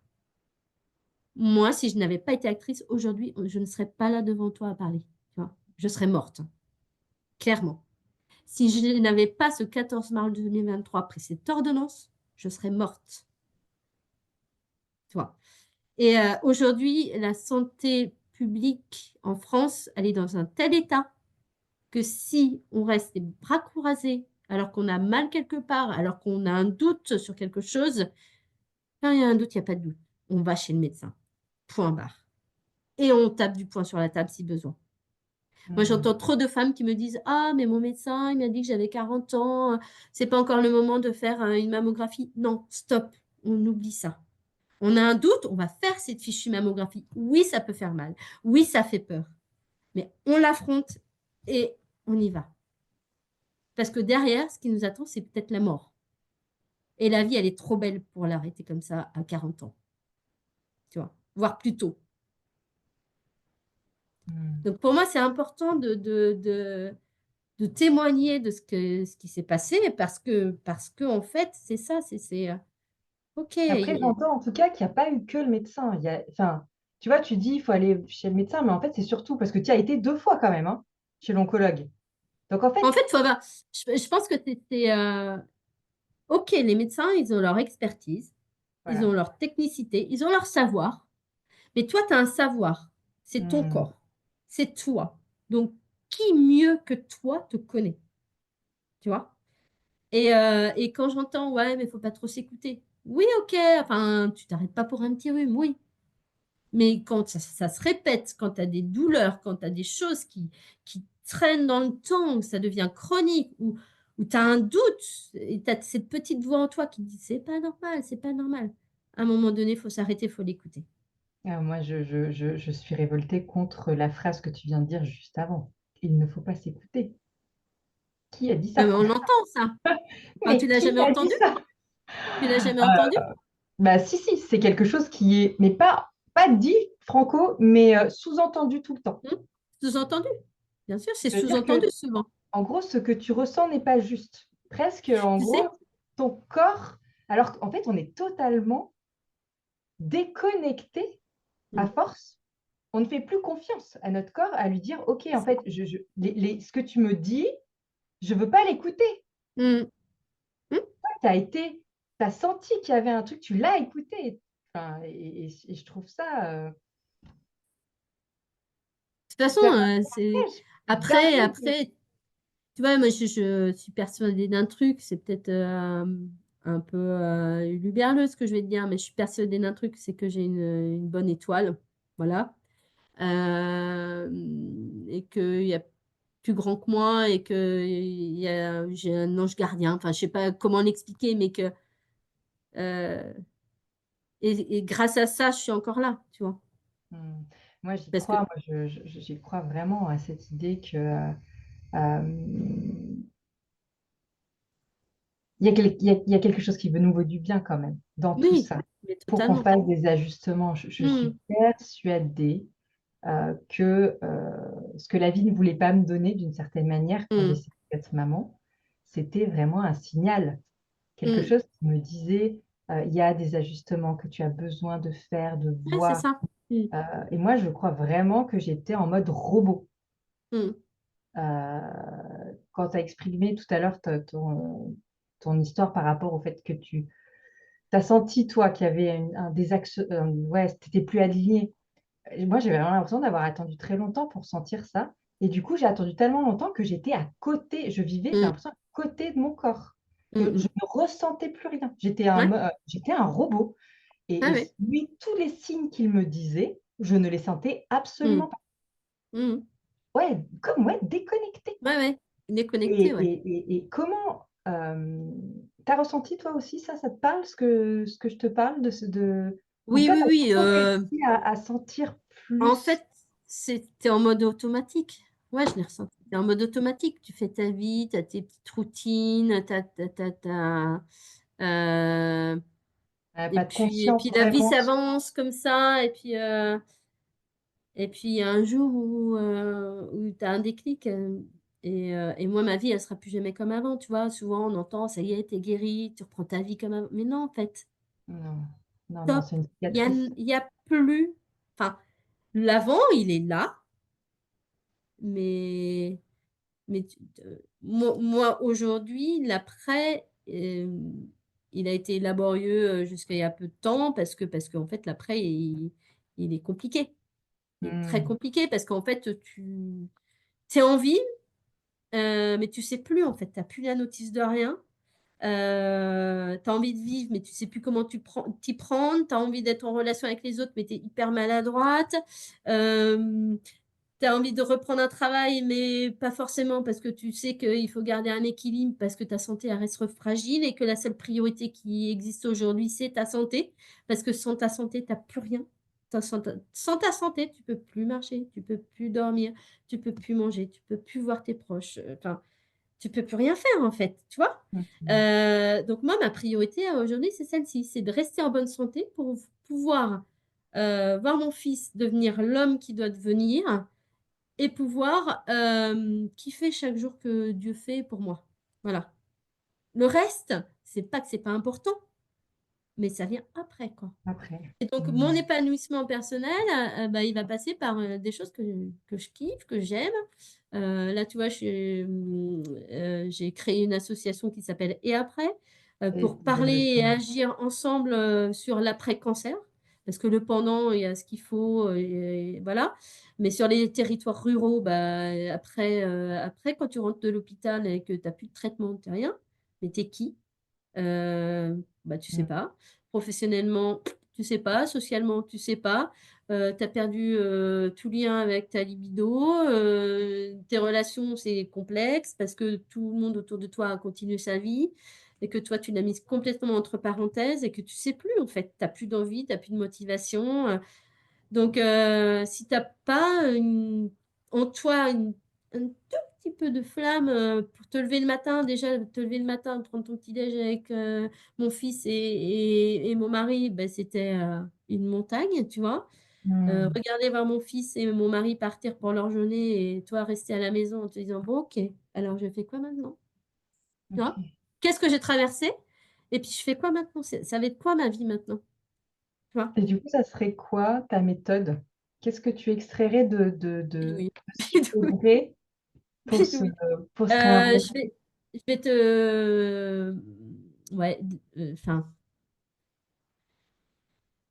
moi, je créerais bien un accompagnement, un parcours, parce qu'en fait, moi, j'ai fait les choses, en bidouillant, tu vois? À ma manière, par rapport à ce que je Mmh. ressentais, par rapport à ce que j'étais en capacité de faire, tu vois? Avec mes moyens. Donc j'ai la chance, je pense d'être un peu privilégiée, d'avoir, mon mari qui est là, qui peut assurer aussi financièrement, d'avoir, une capacité sociale qui fait que voilà, j'avais cette force en moi qui me disait: «Non mais allez, il faut que tu fasses ci, il faut que tu fasses ça, il faut que tu ailles rencontrer telle personne, il faut que tu ailles à la ligue, il faut que tu ailles là, là, là». Donc parce que je suis comme ça, mais tout le monde n'est pas comme ça en fait. Tout le monde n'a pas ça en soi. Donc en fait, il y a je pense qu'il y a beaucoup de personnes qui sont Tu confrontées à ça, penses mais qui restent isolées chez eux parce que c'est ça sur les territoires ruraux. et Quand tu il penses faut, que ça t'aurait prendre aidé? Tu penses que toi, ça t'aurait aidé à quel point d'avoir potentiellement un accompagnement, quelqu'un? bah, ça m'aurait permis, d'une part de gagner du temps, tu vois? Mmh. Et d'autre part, de pas aller toutes azimuts et puis, bah, dans mes moments de bad, d'avoir, quelqu'un, sur qui compter, qui a peut-être vécu les mêmes choses que moi, ou pas, mais en tout cas, qui me permettent de de me redonner envie, de me motiver, tu vois. Parce qu'il y a des jours où c'était vraiment compliqué, vraiment très Mmh. difficile, tu vois. Et puis, du coup, tu t'isoles. Pour garder Alors que cette si j'avais flamme. eu quelqu'un qui serait venu, enfin, pas chez moi, mais enfin, un Des accompagnement rendez-vous peut-être ou des ponctuels. rendez-vous, tu vois, ou quelque chose de bien fléché. Mais peut-être, mais pas orienté médical, pas orienté encore on va travailler quelque chose. Non, en fait, c'est pas ça dont j'avais besoin, mais c'était partager un moment où je pose mon cerveau, où je gamberge pas sur ah là là, mon mari ceci, oh là là, mon fils ceci, oh là là, mais qu'est-ce que je vais Mmh. faire, là là. Tu vois?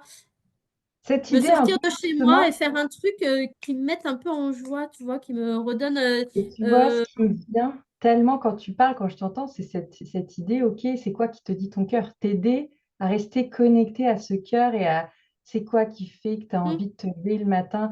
Parce mm, qu'on a tellement dans ces moments de bad justement un mental qui prend tellement de place et ouais, c'est ça. d'énergie Et et puis qui tu sais, ne peut pas se il mettre y en a, action, quoi. ouais, et puis il y a certaines personnes qui disent oui, non, mais c'est mes enfants, c'est mon mari qui. Oui, Oui, je suis non mais ça d'accord. En fait, n'enlève moi, rien. mon fils, ça m'a tenu. Tu vois, en 2021, je savais qu'on allait se marier en fin 2021, donc ça m'a tenu aussi. Tu vois, il y a des choses qui tiennent. En 2023, il n'y avait pas le mariage, donc ça me tenait moins, tu vois. Mais chaque petit événement, tu vois, il y a un moment donné, j'étais encore à l'hôpital, j'ai fait des allers-retours à l'hôpital pendant 5 mois. J'ai été hospitalisée de mars en avril pendant quasiment un mois sans pouvoir voir mon fils et sans voir grand monde, tu vois, genre en chambre stérile, pas pouvoir prendre de douche, enfin bon, bref, peu importe. Et en fait, à un moment donné, dans ces hospitalisations, il y a eu le baptême d'un de mes neveux. Et mon objectif, il était là, tu vois, c'est des petits objectifs tout minimes, tu vois. Donc Mais en tout mon cas, objectif, il était, je sortirais pour aller à OK. ce baptême En parce que tout j'ai cas, envie d'y être. Et en fait, quand je suis arrivée, parce qu'on n'avait pas prévenu grand monde, parce qu'on s'était dit si je peux pas sortir, tu vois, c'était hyper aléatoire. Ça dépendait de comment mon corps allait sortir de la plasie, tu vois. Et je suis sortie le vendredi soir mmh, à 21 heures parce qu'en fait, ils ont tardé et tout ça. Donc, je suis sortie le vendredi soir à 21 heures. Le samedi, on était en Vendée chez ma belle famille. Et quand ma belle-sœur m'a vue, elle me dit: «Oh, je pensais pas que tu allais venir, ça me fait vachement plaisir.» Tu vois? Et, euh, et moi, ça m'a fait du bien, tu vois, ça m'a fait ça. Je suis encore très émue parce qu'en fait, c'est. Voilà. Mais ça m'a tient envie, tu vois, c'est des petits objectifs, tu vois. Tous les c'est jours, je faisais tellement mon petit vélo d'appartement dans ma chambre d'hôpital parce que mon objectif, il était que mes globules blancs se redynamisent et pouvoir sortir, tu vois, voir mon fils, passer un moment, même 2 jours, 3 jours, 4 jours, peu importe, mais tu vois.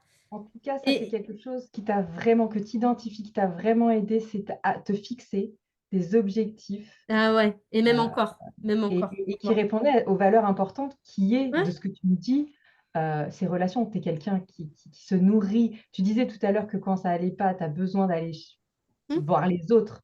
Tu avais identifié que c'était un Ouais, objectif ouais. important pour toi, quelque Tu chose qui vois, te mmh, en 2023, septembre 2023, donc j'étais sortie de tout ça, mais j'étais toujours en arrêt, je m'ennuyais, mais à mourir. Et là, je me suis dit, bon, ah, ok, alors, t'as plus d'objectif. Enfin, t'as pas d'objectif, en fait. T'as plus mmh, d'objectif, t'as plus de projection. Et donc, je me suis dit, bon, qu'est-ce que j'ai envie et en fait, il me trottait dans la tête quand même de créer un podcast. Donc, en fait, j'ai dit, bon, bah, je vais créer un podcast. Je vais aller à la rencontre de gens, ça va me faire du bien, tu vois. Voilà. Mais en fait, tu vois, euh, l'après, c'est aussi ça, c'est aussi être accompagné à se remobiliser au tir de petites actions, de petits objectifs, de petits projets, mais qui compte. mais qui comptent pour soi, en fait. Même si c'est pour les autres, c'est des petits projets qui n'ont pas d'enjeu, qui n'ont peut-être pas de sens pour les uns et les autres, mais pour nous, ça a du sens, en fait. Juste sortir de chez soi aujourd'hui pour aller rencontrer quelqu'un, bah, c'est un objectif qui va te permettre peut-être de rencontrer quelqu'un qui va te parler d'un truc, qui va te motiver, qui va te donner envie, et que demain, bah, voilà, ça va être un autre petit pas, et un petit pas, plus un petit pas, plus une rencontre, plus une autre rencontre.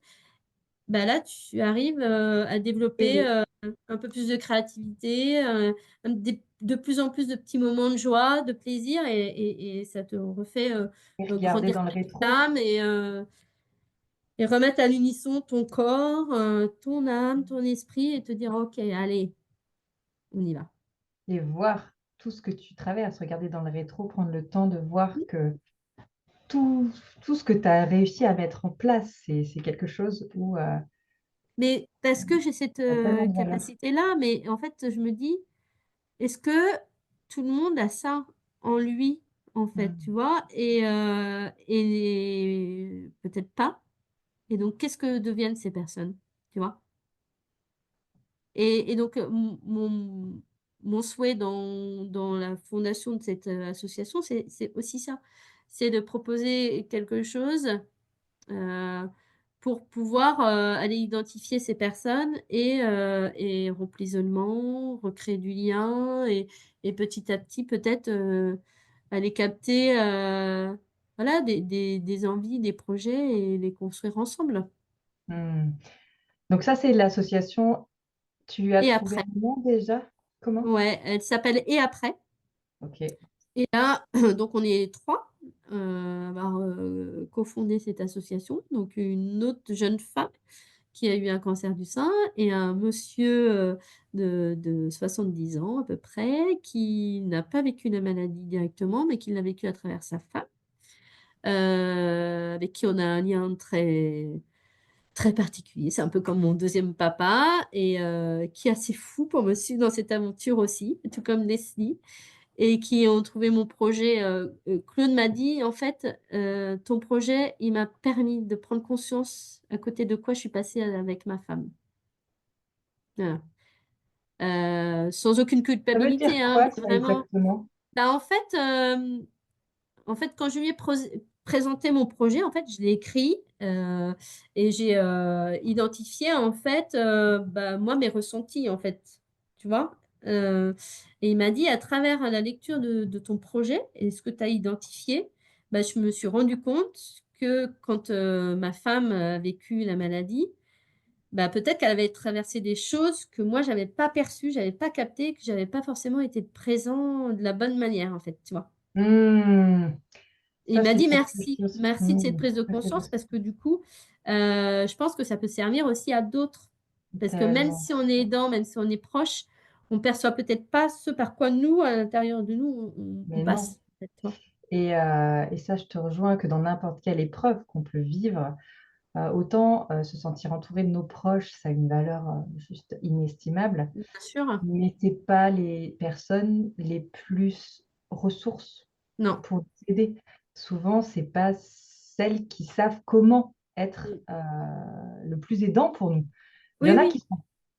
qui arrivent très très bien, mais c'est vrai que faire appel à un professionnel qui Mmh. va être là pour t'aider à exprimer justement ce que tu ressens comme tu l'as exprimé là avec en écrivant ton projet et en sachant comment orienter et faire Mmh. sortir ce dont tu as vraiment besoin, sur quel objectif est vraiment Mmh, mmh mh. important pour toi bah, pour tenir cet élan de vie, bah, moi je l'appelle Mmh, comme mmh ça, mh. mais active cette flamme Ouais, c'est ça. pour te lever et continuer à avancer et à faire des Mmh choses mh. tellement alors que je ne connais pas, moi aussi je le connais que de loin, ces épreuves que tu as pu vivre. Hem, Mais tu sais, on se non, retrouve, face à soi, seul, en fait, parce que quand tu es face au traitement, bah, tu es seul, hein, face, au traitement. Face à tes peurs, face à la mort, tu es seul face à la mort, en fait. Même si tes proches, ils sont inquiets, ça les renvoie aussi à la mort de quelqu'un de proche. Bah, en fait, c'est pas sa propre mort. Alors que nous, enfin, tu vois? bah oui, Enfin, tu vis pas ta propre mort, mais voilà.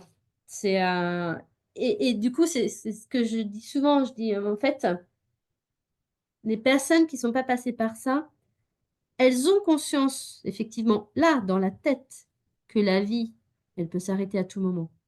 Mais ils l'ont pas vécu dans leurs non, cellules, mais dans même leur je corps, tu vois? Et donc mmh, du coup, hem, il y a des gens qui me disent: «Oui, mais oui, je sais que la vie est courte, mais bon, Non. oui, la vie est Il y a courte. beaucoup Il y a qui pas de aiment mais, la beaucoup, vie est non, il y a courte, pas de quoi. mais et je Dans pense 2 heures, dans 1 heure, effectivement dans une demi-heure, tout peut s'arrêter et il y a beaucoup de et déni là-dedans, hein. et en fait, moi, je l'ai vécu dans mon corps, quoi. Enfin, vraiment, au-delà de le vivre et avant la maladie, ouais, j'étais comme ça, «Ouais, oui, oui, bah, la vie est courte», mais en fait, cette, légèreté, cette insouciance, je ne l'aurai plus jamais, en fait. Et des fois, Mmh. c'est dur de vivre avec ça parce que tu te dis: «Mais en fait, moi qui aime, la légèreté, l'optimisme, machin, des fois, faut que j'aille le chercher loin parce qu'en fait, je ne l'ai plus, en fait», tu vois? Ou je l'ai beaucoup moins et des fois, je me dis: Mmh. «Est-ce que je vais le retrouver?» Sans doute pas, Tu parce qu'il arrives y a à le toujours des retrouver quand même de questions. temps en temps? Ouais, j'arrive, mais ça prend du temps, ça prend du temps. Si on s'était, croisés l'année dernière, je te l'aurais pas dit ça, tu vois? Mais Mais donc du coup, il y a aujourd'hui, une accélération. voilà. Oui, oui et rien n'est immuable. Mais Mmh. je vis avec cette épée Damoclès. J'ai à moindre chose, que je ressens dans mon corps, je voilà, j'ai C'est peur un de d'une tes récidive. objectifs? Oui, ça Tu existe. dirais que c'est un de tes objectifs de retrouver un peu de cette, légèreté, insouciance? Hem, comment dire?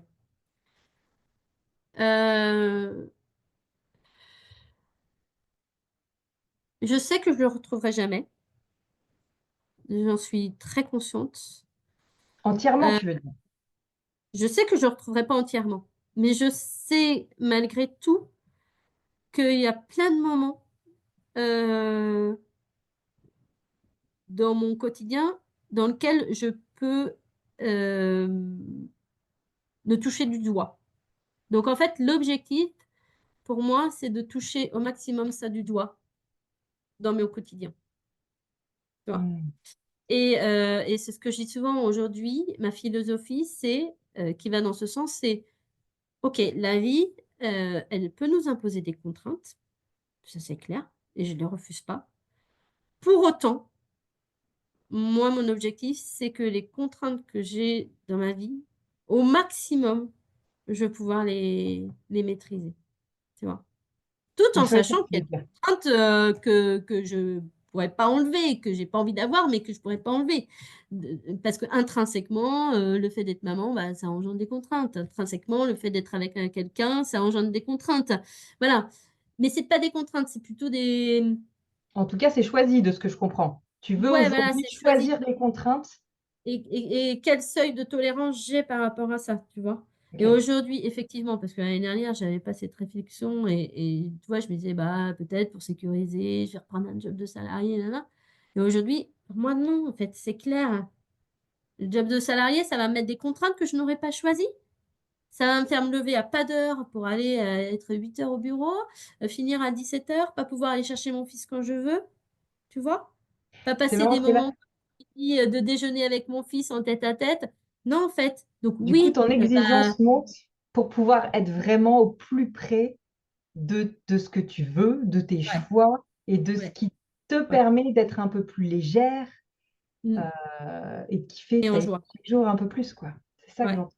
Même si je sais que cette joie et cette insouciance, c'est terminé pour moi, en fait. Mais dans mon quotidien, je peux y accéder quand même, tu vois? Donc le le plus de moments où je serai en joie, en bien-être, en plaisir, bah, je les optimise, en fait. Même si je sais que mon cerveau, il ira toujours: «Ah, peut-être une récidive, na Ouais, mais en fait, non, en fait, il faut que je vive, donc j'ai envie de vivre un petit peu en paix. Donc les moments où je suis un petit peu en paix, bah, j'en profite, à fond et puis si à un moment donné, mon cerveau, il regamberge là-dessus, OK, j'essaie d'en prendre conscience et me dire: «OK, bon, OK, c'est OK, Donc ça va ça t'arrive passer, encore? c'est pas stable». C'est des choses avec lesquelles tu vis actuellement encore Ah ce oui, oui. ce recalibrage, enfin, à remettre en Mmh, gros ton mental, à la juste place, mmh, qui te permettent de rester connecté à ton mmh, corps mmh. et à cette joie de vivre que tu as envie de toucher du doigt un peu de En fait, partout. si tu veux, c'est un peu comme, pour moi, c'est, d'une part, je sais pas faire autrement et d'autre part, si je fais autrement, je pense que je vais sombrer et donc j'ai pas envie de ça, en fait, tu vois? Et c'est ce qui me fait avancer dans mon quotidien. Il y a des moments où, encore, hein, il y a des matins où c'est difficile ou, mais j'essaie de switcher assez vite. Mais je le mets pas sous le tapis, tu vois? Parce que ça fait partie de moi, ça fait partie de ma vie et que c'est comme ça, tu vois? Et puis ce que je deviens, bah, ça me plaît bien. Tu vois? Ma vie, ça me plaît bien. Alors oui, c'est au détriment de gagner, 5 000 € par mois, donc matériellement, bah, il y a des conséquences, mais j'en suis pas plus malheureuse, au contraire, tu vois? Heu, voilà, c'est des choix, en fait et Mmh. c'est être acteur, encore une fois, en fait. Et quand il y a des gens qui disent: «Tu as de la chance», non, j'ai pas de chance, enfin, volontiers, je te donne mes 2 cancers, hein, il y a aucun souci, tu vois? Aujourd'hui, je suis en invalidité, bah, c'est quand même des contraintes, la validité, voilà. Heu, parce que en fait, entre ce que mon cerveau voudrait, faire, bah, mon corps, il est pas en capacité de faire tout ce que mon cerveau voudrait faire, Mmh. tu vois? Mais au final, je me dis: «Bah, OK». Et comme ça, c'est où je lutte perpétuellement, ou je me dis: «Bon, OK, c'est comme ça, j'accepte. Aujourd'hui, bah, je suis un peu plus fatiguée, parce qu'il y a de la fatigabilité, mais Mmh. Du coup, pour résumer, tu dirais quoi? Qu'est-ce que tu voudrais transmettre de cette expérience que tu as pu vivre? hem, essayer d'écouter sa petite voix, même si je sais que Mmh. c'est vraiment pas facile et que parfois on peut être happé par plein d'autres choses et que souvent, parfois on peut nous dire: «Ah, cette petite voix, nin nin». Non, il y a une réalité quand même. Être acteur dans sa démarche, Bon, OK. même de patient, être acteur, choisir, comprendre, faire équipe aussi parce qu'on peut faire le choix de pas faire équipe avec le médical et que c'est aussi, se battre contre soi-même. La maladie n'est pas un combat, parce que si on considère la maladie comme un combat, c'est qu'on combat contre soi, Mmh. qu'il y a des choses à comprendre là-dedans, même si à un moment donné, quand on me disait: «J'ai stop avec ce truc, à la con là où on te dit, la maladie te dit des choses sur toi». À un moment donné, je voulais plus l'entendre en fait parce que, ces 2 cancers, voilà. Enfin, le deuxième cancer a été provoqué quand même par la chimio du cancer du sein, hein. On le dit peu, mais c'est une réalité. Voilà, il y a des traitements de chimio, de cancer du sein qui peuvent engendrer de manière très, très, très, très rare, mais ça arrive. J'en suis la preuve. Donc ça, bah, voilà, les médecins ne le disent pas, hein, parce que forcément, s'ils le disaient, il y a peut-être des gens qui choisiraient de ne pas se faire soigner et en même temps, la chimio m'a sauvé la peau, hein, parce que, la leucémie, j'ai eu de la chimio et si j'avais pas eu de la chimio, je serais morte, donc voilà. Mmh.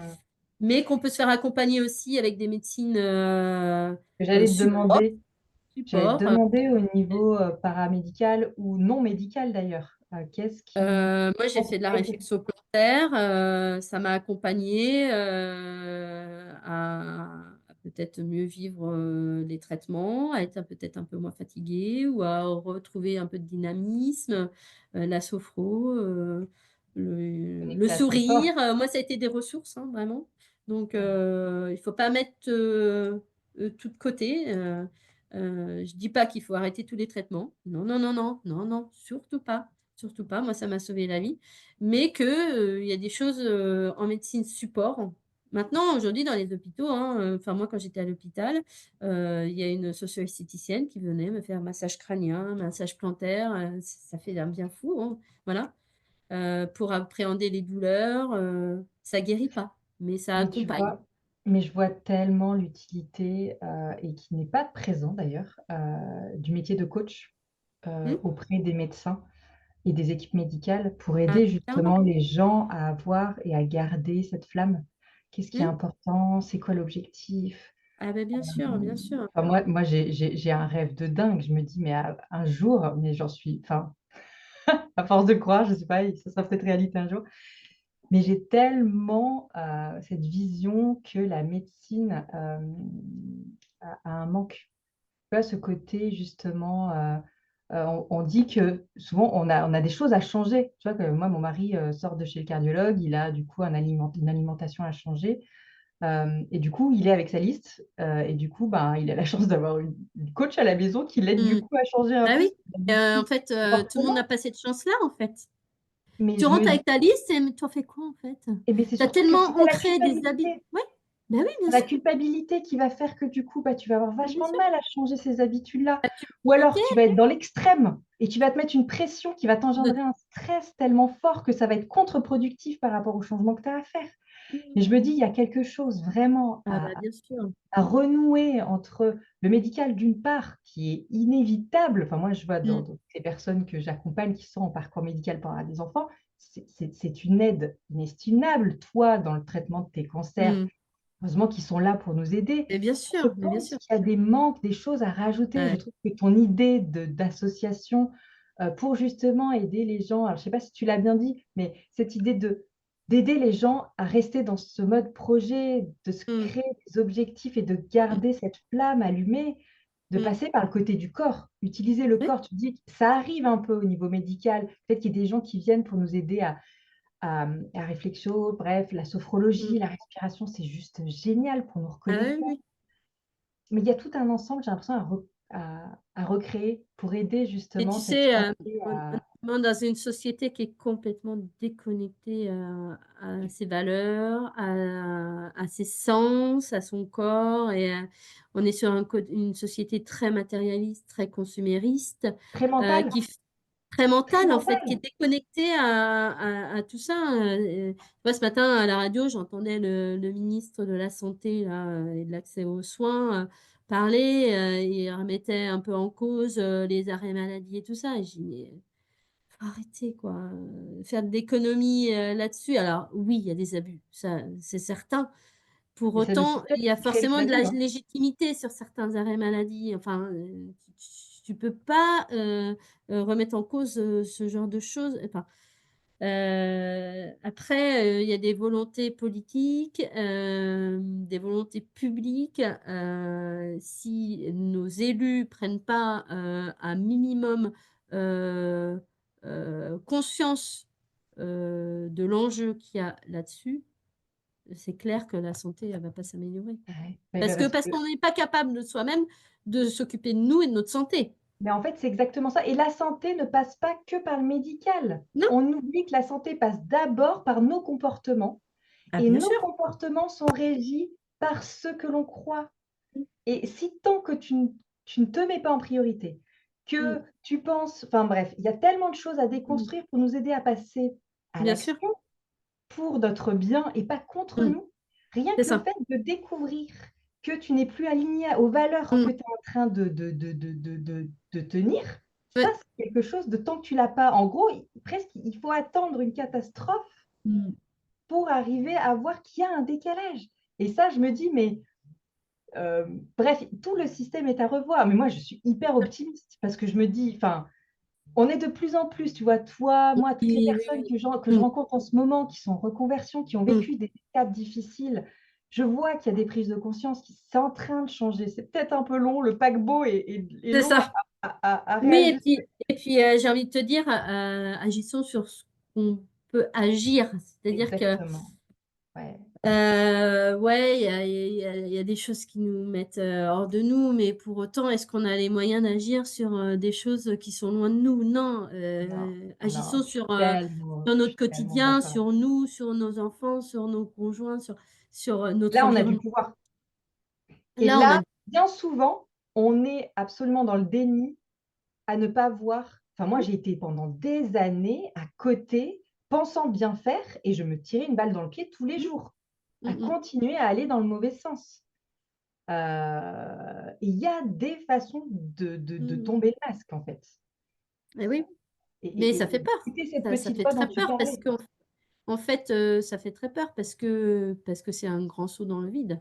Ouais, mais Et puis on qu'on a est besoin. régi quand même par l'argent, par le pouvoir. Et tu vas peut-être penser que c'est un côté fataliste, mais c'est une réalité en fait. Non, je sais Aujourd'hui, pas. l'enjeu financier, on est rattrapé hein, par les factures qu'on doit payer, par les Et ça impôts, fait par, enfin, partie tu vois? de quelque chose à déconstruire parce que la Oui. plupart des gens, et moi, j'étais la première, c'est quelque chose qui a été dur à travailler, mais que j'ai réussi, que je touche de plus en plus du doigt et c'est juste incroyable. La sécurité qu'on ressent Mm, intérieure n'est pas, enfin, n'est pas proportionnelle, pardon, mm. à ce qu'il y a sur notre compte. Non, clairement pas. Il y a Clairement des pas. personnes sur cette terre qui se sentent en sécurité avec rien. Mm, Nous, on nous fait croire qu'il nous ouais, faut telle et telle chose. En fait, ouais, ouais. la société de consommation nous a rentrés dans un moule où on a du mal à s'en sortir. On Mm, voit même pas qu'on est absolument mm. emporté là-dedans. Bah, bien sûr. Encore une fois, on a des œillères, mais notre sécurité intérieure, ce qu'on peut ressentir quand on est apaisé, Ouais. il y a des gens qui ont des comptes en banque avec remplis et qui sont entièrement, donc Malheureux. anxieux de Mm, l'avenir et ça n'a mm, rien à voir, ce mm. n'est absolument et ça, tant que tu ne l'as pas dissocié C'est ça. Mm, mm.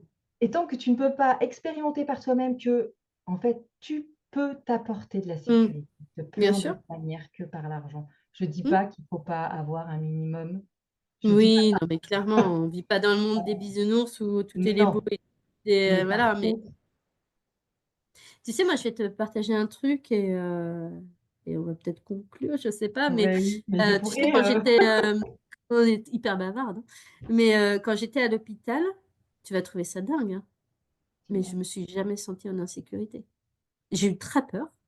J'ai eu très très peur de mourir. J'ai eu très très peur de ne pas pouvoir voir mon fils grandir et de ne pas pouvoir aller euh, euh, à New York, en haut de l'Arc de Triomphe, j'allais dire, en haut de la Statue de la Liberté avec mon fils, parce que ça, j'en ai rêvé. Et ça me tient, ça m'a tenu aussi beaucoup. J'ai eu très très peur, euh, mais j'avais une confiance Mmh. en moi qui faisait que, que je me sentais en sécurité et que en fait, c'était OK et que tout allait bien se passer, quoi. C'est dingue, hein, ce que je te dis, hein. Mais je te dis ça avec du Ah recul, dingue hein. ça. Mais, Ça je sais pas comment l'exprimer. C'est-à-dire que oui, j'avais peur. Enfin, un truc pareil, tu peux pas ne pas avoir peur, quoi, tu vois. il y a pas Euh, la vie, et la en vie est même vite quand temps, même. dans mon quotidien, tu vois, j'ai une amie hypnothérapeute qui m'avait fait une méditation régénération des cellules. Donc, j'écoutais tous les jours. Il y avait l'art thérapeute qui venait. Je faisais mes petits dessins. Mmh. Je m'étais lancé comme objectif que chaque jour ou tous les 2 jours, selon ma forme, ma fatigue et tout ça, j'écrivais une lettre à mon mari. J'écrivais une petite histoire à mon fils avec un petit dessin. Enfin voilà, tu vois, le matin, je me levais, je me lavais les dents, je me préparais, je me maquillais, je mettais mes boucles d'oreilles comme si j'allais sortir, quoi. Et Mmh. ça me faisait, voilà, ça faisait croire à mon cerveau que j'étais en sécurité, que c'était bon, que l'issue ne serait pas la mort, quoi, tu vois. Mmh. Mais voilà, je sais pas comment expliquer. C'est un truc qui se passe dans ton corps, quoi. Enfin, je sais pas comment l'expliquer. Ouais, C'est étrange, enfin, je sais pas. ouais, c'est une expérience en tout cas qui t'a Ouais, c'est une transformée. expérience que j'ai pas envie de revivre, hein, clairement. Bah non, après il y a plein de choses, j'imagine que tu mets en place et que tu as peut-être encore à découvrir pour mettre en place, pour t'aider, et ben, à développer ce projet, ce beau projet que tu viens de nous parler, Ouais, par et on est rapport en à train l'aide. de, en fait, on est en train d'établir on est en train de communiquer et de diffuser une enquête, puisqu'en fait, on veut poser un diagnostic territorial avant de mettre en place des actions. Pour voir en fait, parce qu'avec Leslie, on a eu certains besoins, mais on veut vraiment se rendre compte de ce qui se passe pour les gens sur les territoires ruraux, Et du donc dans coup, l'entre-deux-mer. ça veut dire Et que donc, s'il y a quelqu'un qui entend, notre échange, mhm. coup et qui se sent concerné, il peut aller Mmh. remplir un questionnaire quelque Ouais, part par rapport à comment il vit la situation ouais, actuellement? Bah, exactement. du coup, vous le mettez On a élaboré, un certain nombre de questions, et là, on est en train de diffuser justement ce OK, questionnaire, cette enquête, pour ensuite, poser un diagnostic de territoire par rapport à l'après-cancer. Pas le OK, pendant, mais vraiment l'après. OK. Très bien. Comment je vis l'après, socialement, professionnellement parlant, personnellement parlant, dans mes relations, sexuellement parlant, dans tous les pans de sa vie OK. et de Bah, du quoi coup, on j'aurais pourra mettre le besoin. lien en dessous Mmh, si, ouais, avec plaisir. si les personnes, Mmh, avec plaisir. Ouais, ouais. OK. Bon, bah, en tout cas, merci d'avoir été Merci à aussi, toi Magali, c'est un beau cadeau que tu authentique. me fais aujourd'hui. En tout cas, merci d'avoir, voilà, partagé vraiment ces moments qui, sont marquants, Ouais, formateurs et reste qui ancré, vont dans mon âme, et dans mon corps et dans mon cœur, mais qui font qu'aujourd'hui, je me rapproche, chaque jour un peu plus de moi, donc voilà. Est-ce que c'est une mmh, opportunité? Sans doute pas, mais peut-être. moi, je pense que dans toute chose, il y a quelque chose de chouette qui en sort Mmh. Mmh mh. et en tout cas, c'est ton objectif, ton intention en C'est créant ça. cette association et du coup, je trouve Mmh, ça mmh, mmh mh. génial. Donc bravo pour ton courage, hem et bah, en tout cas, merci beaucoup. Merci à toi.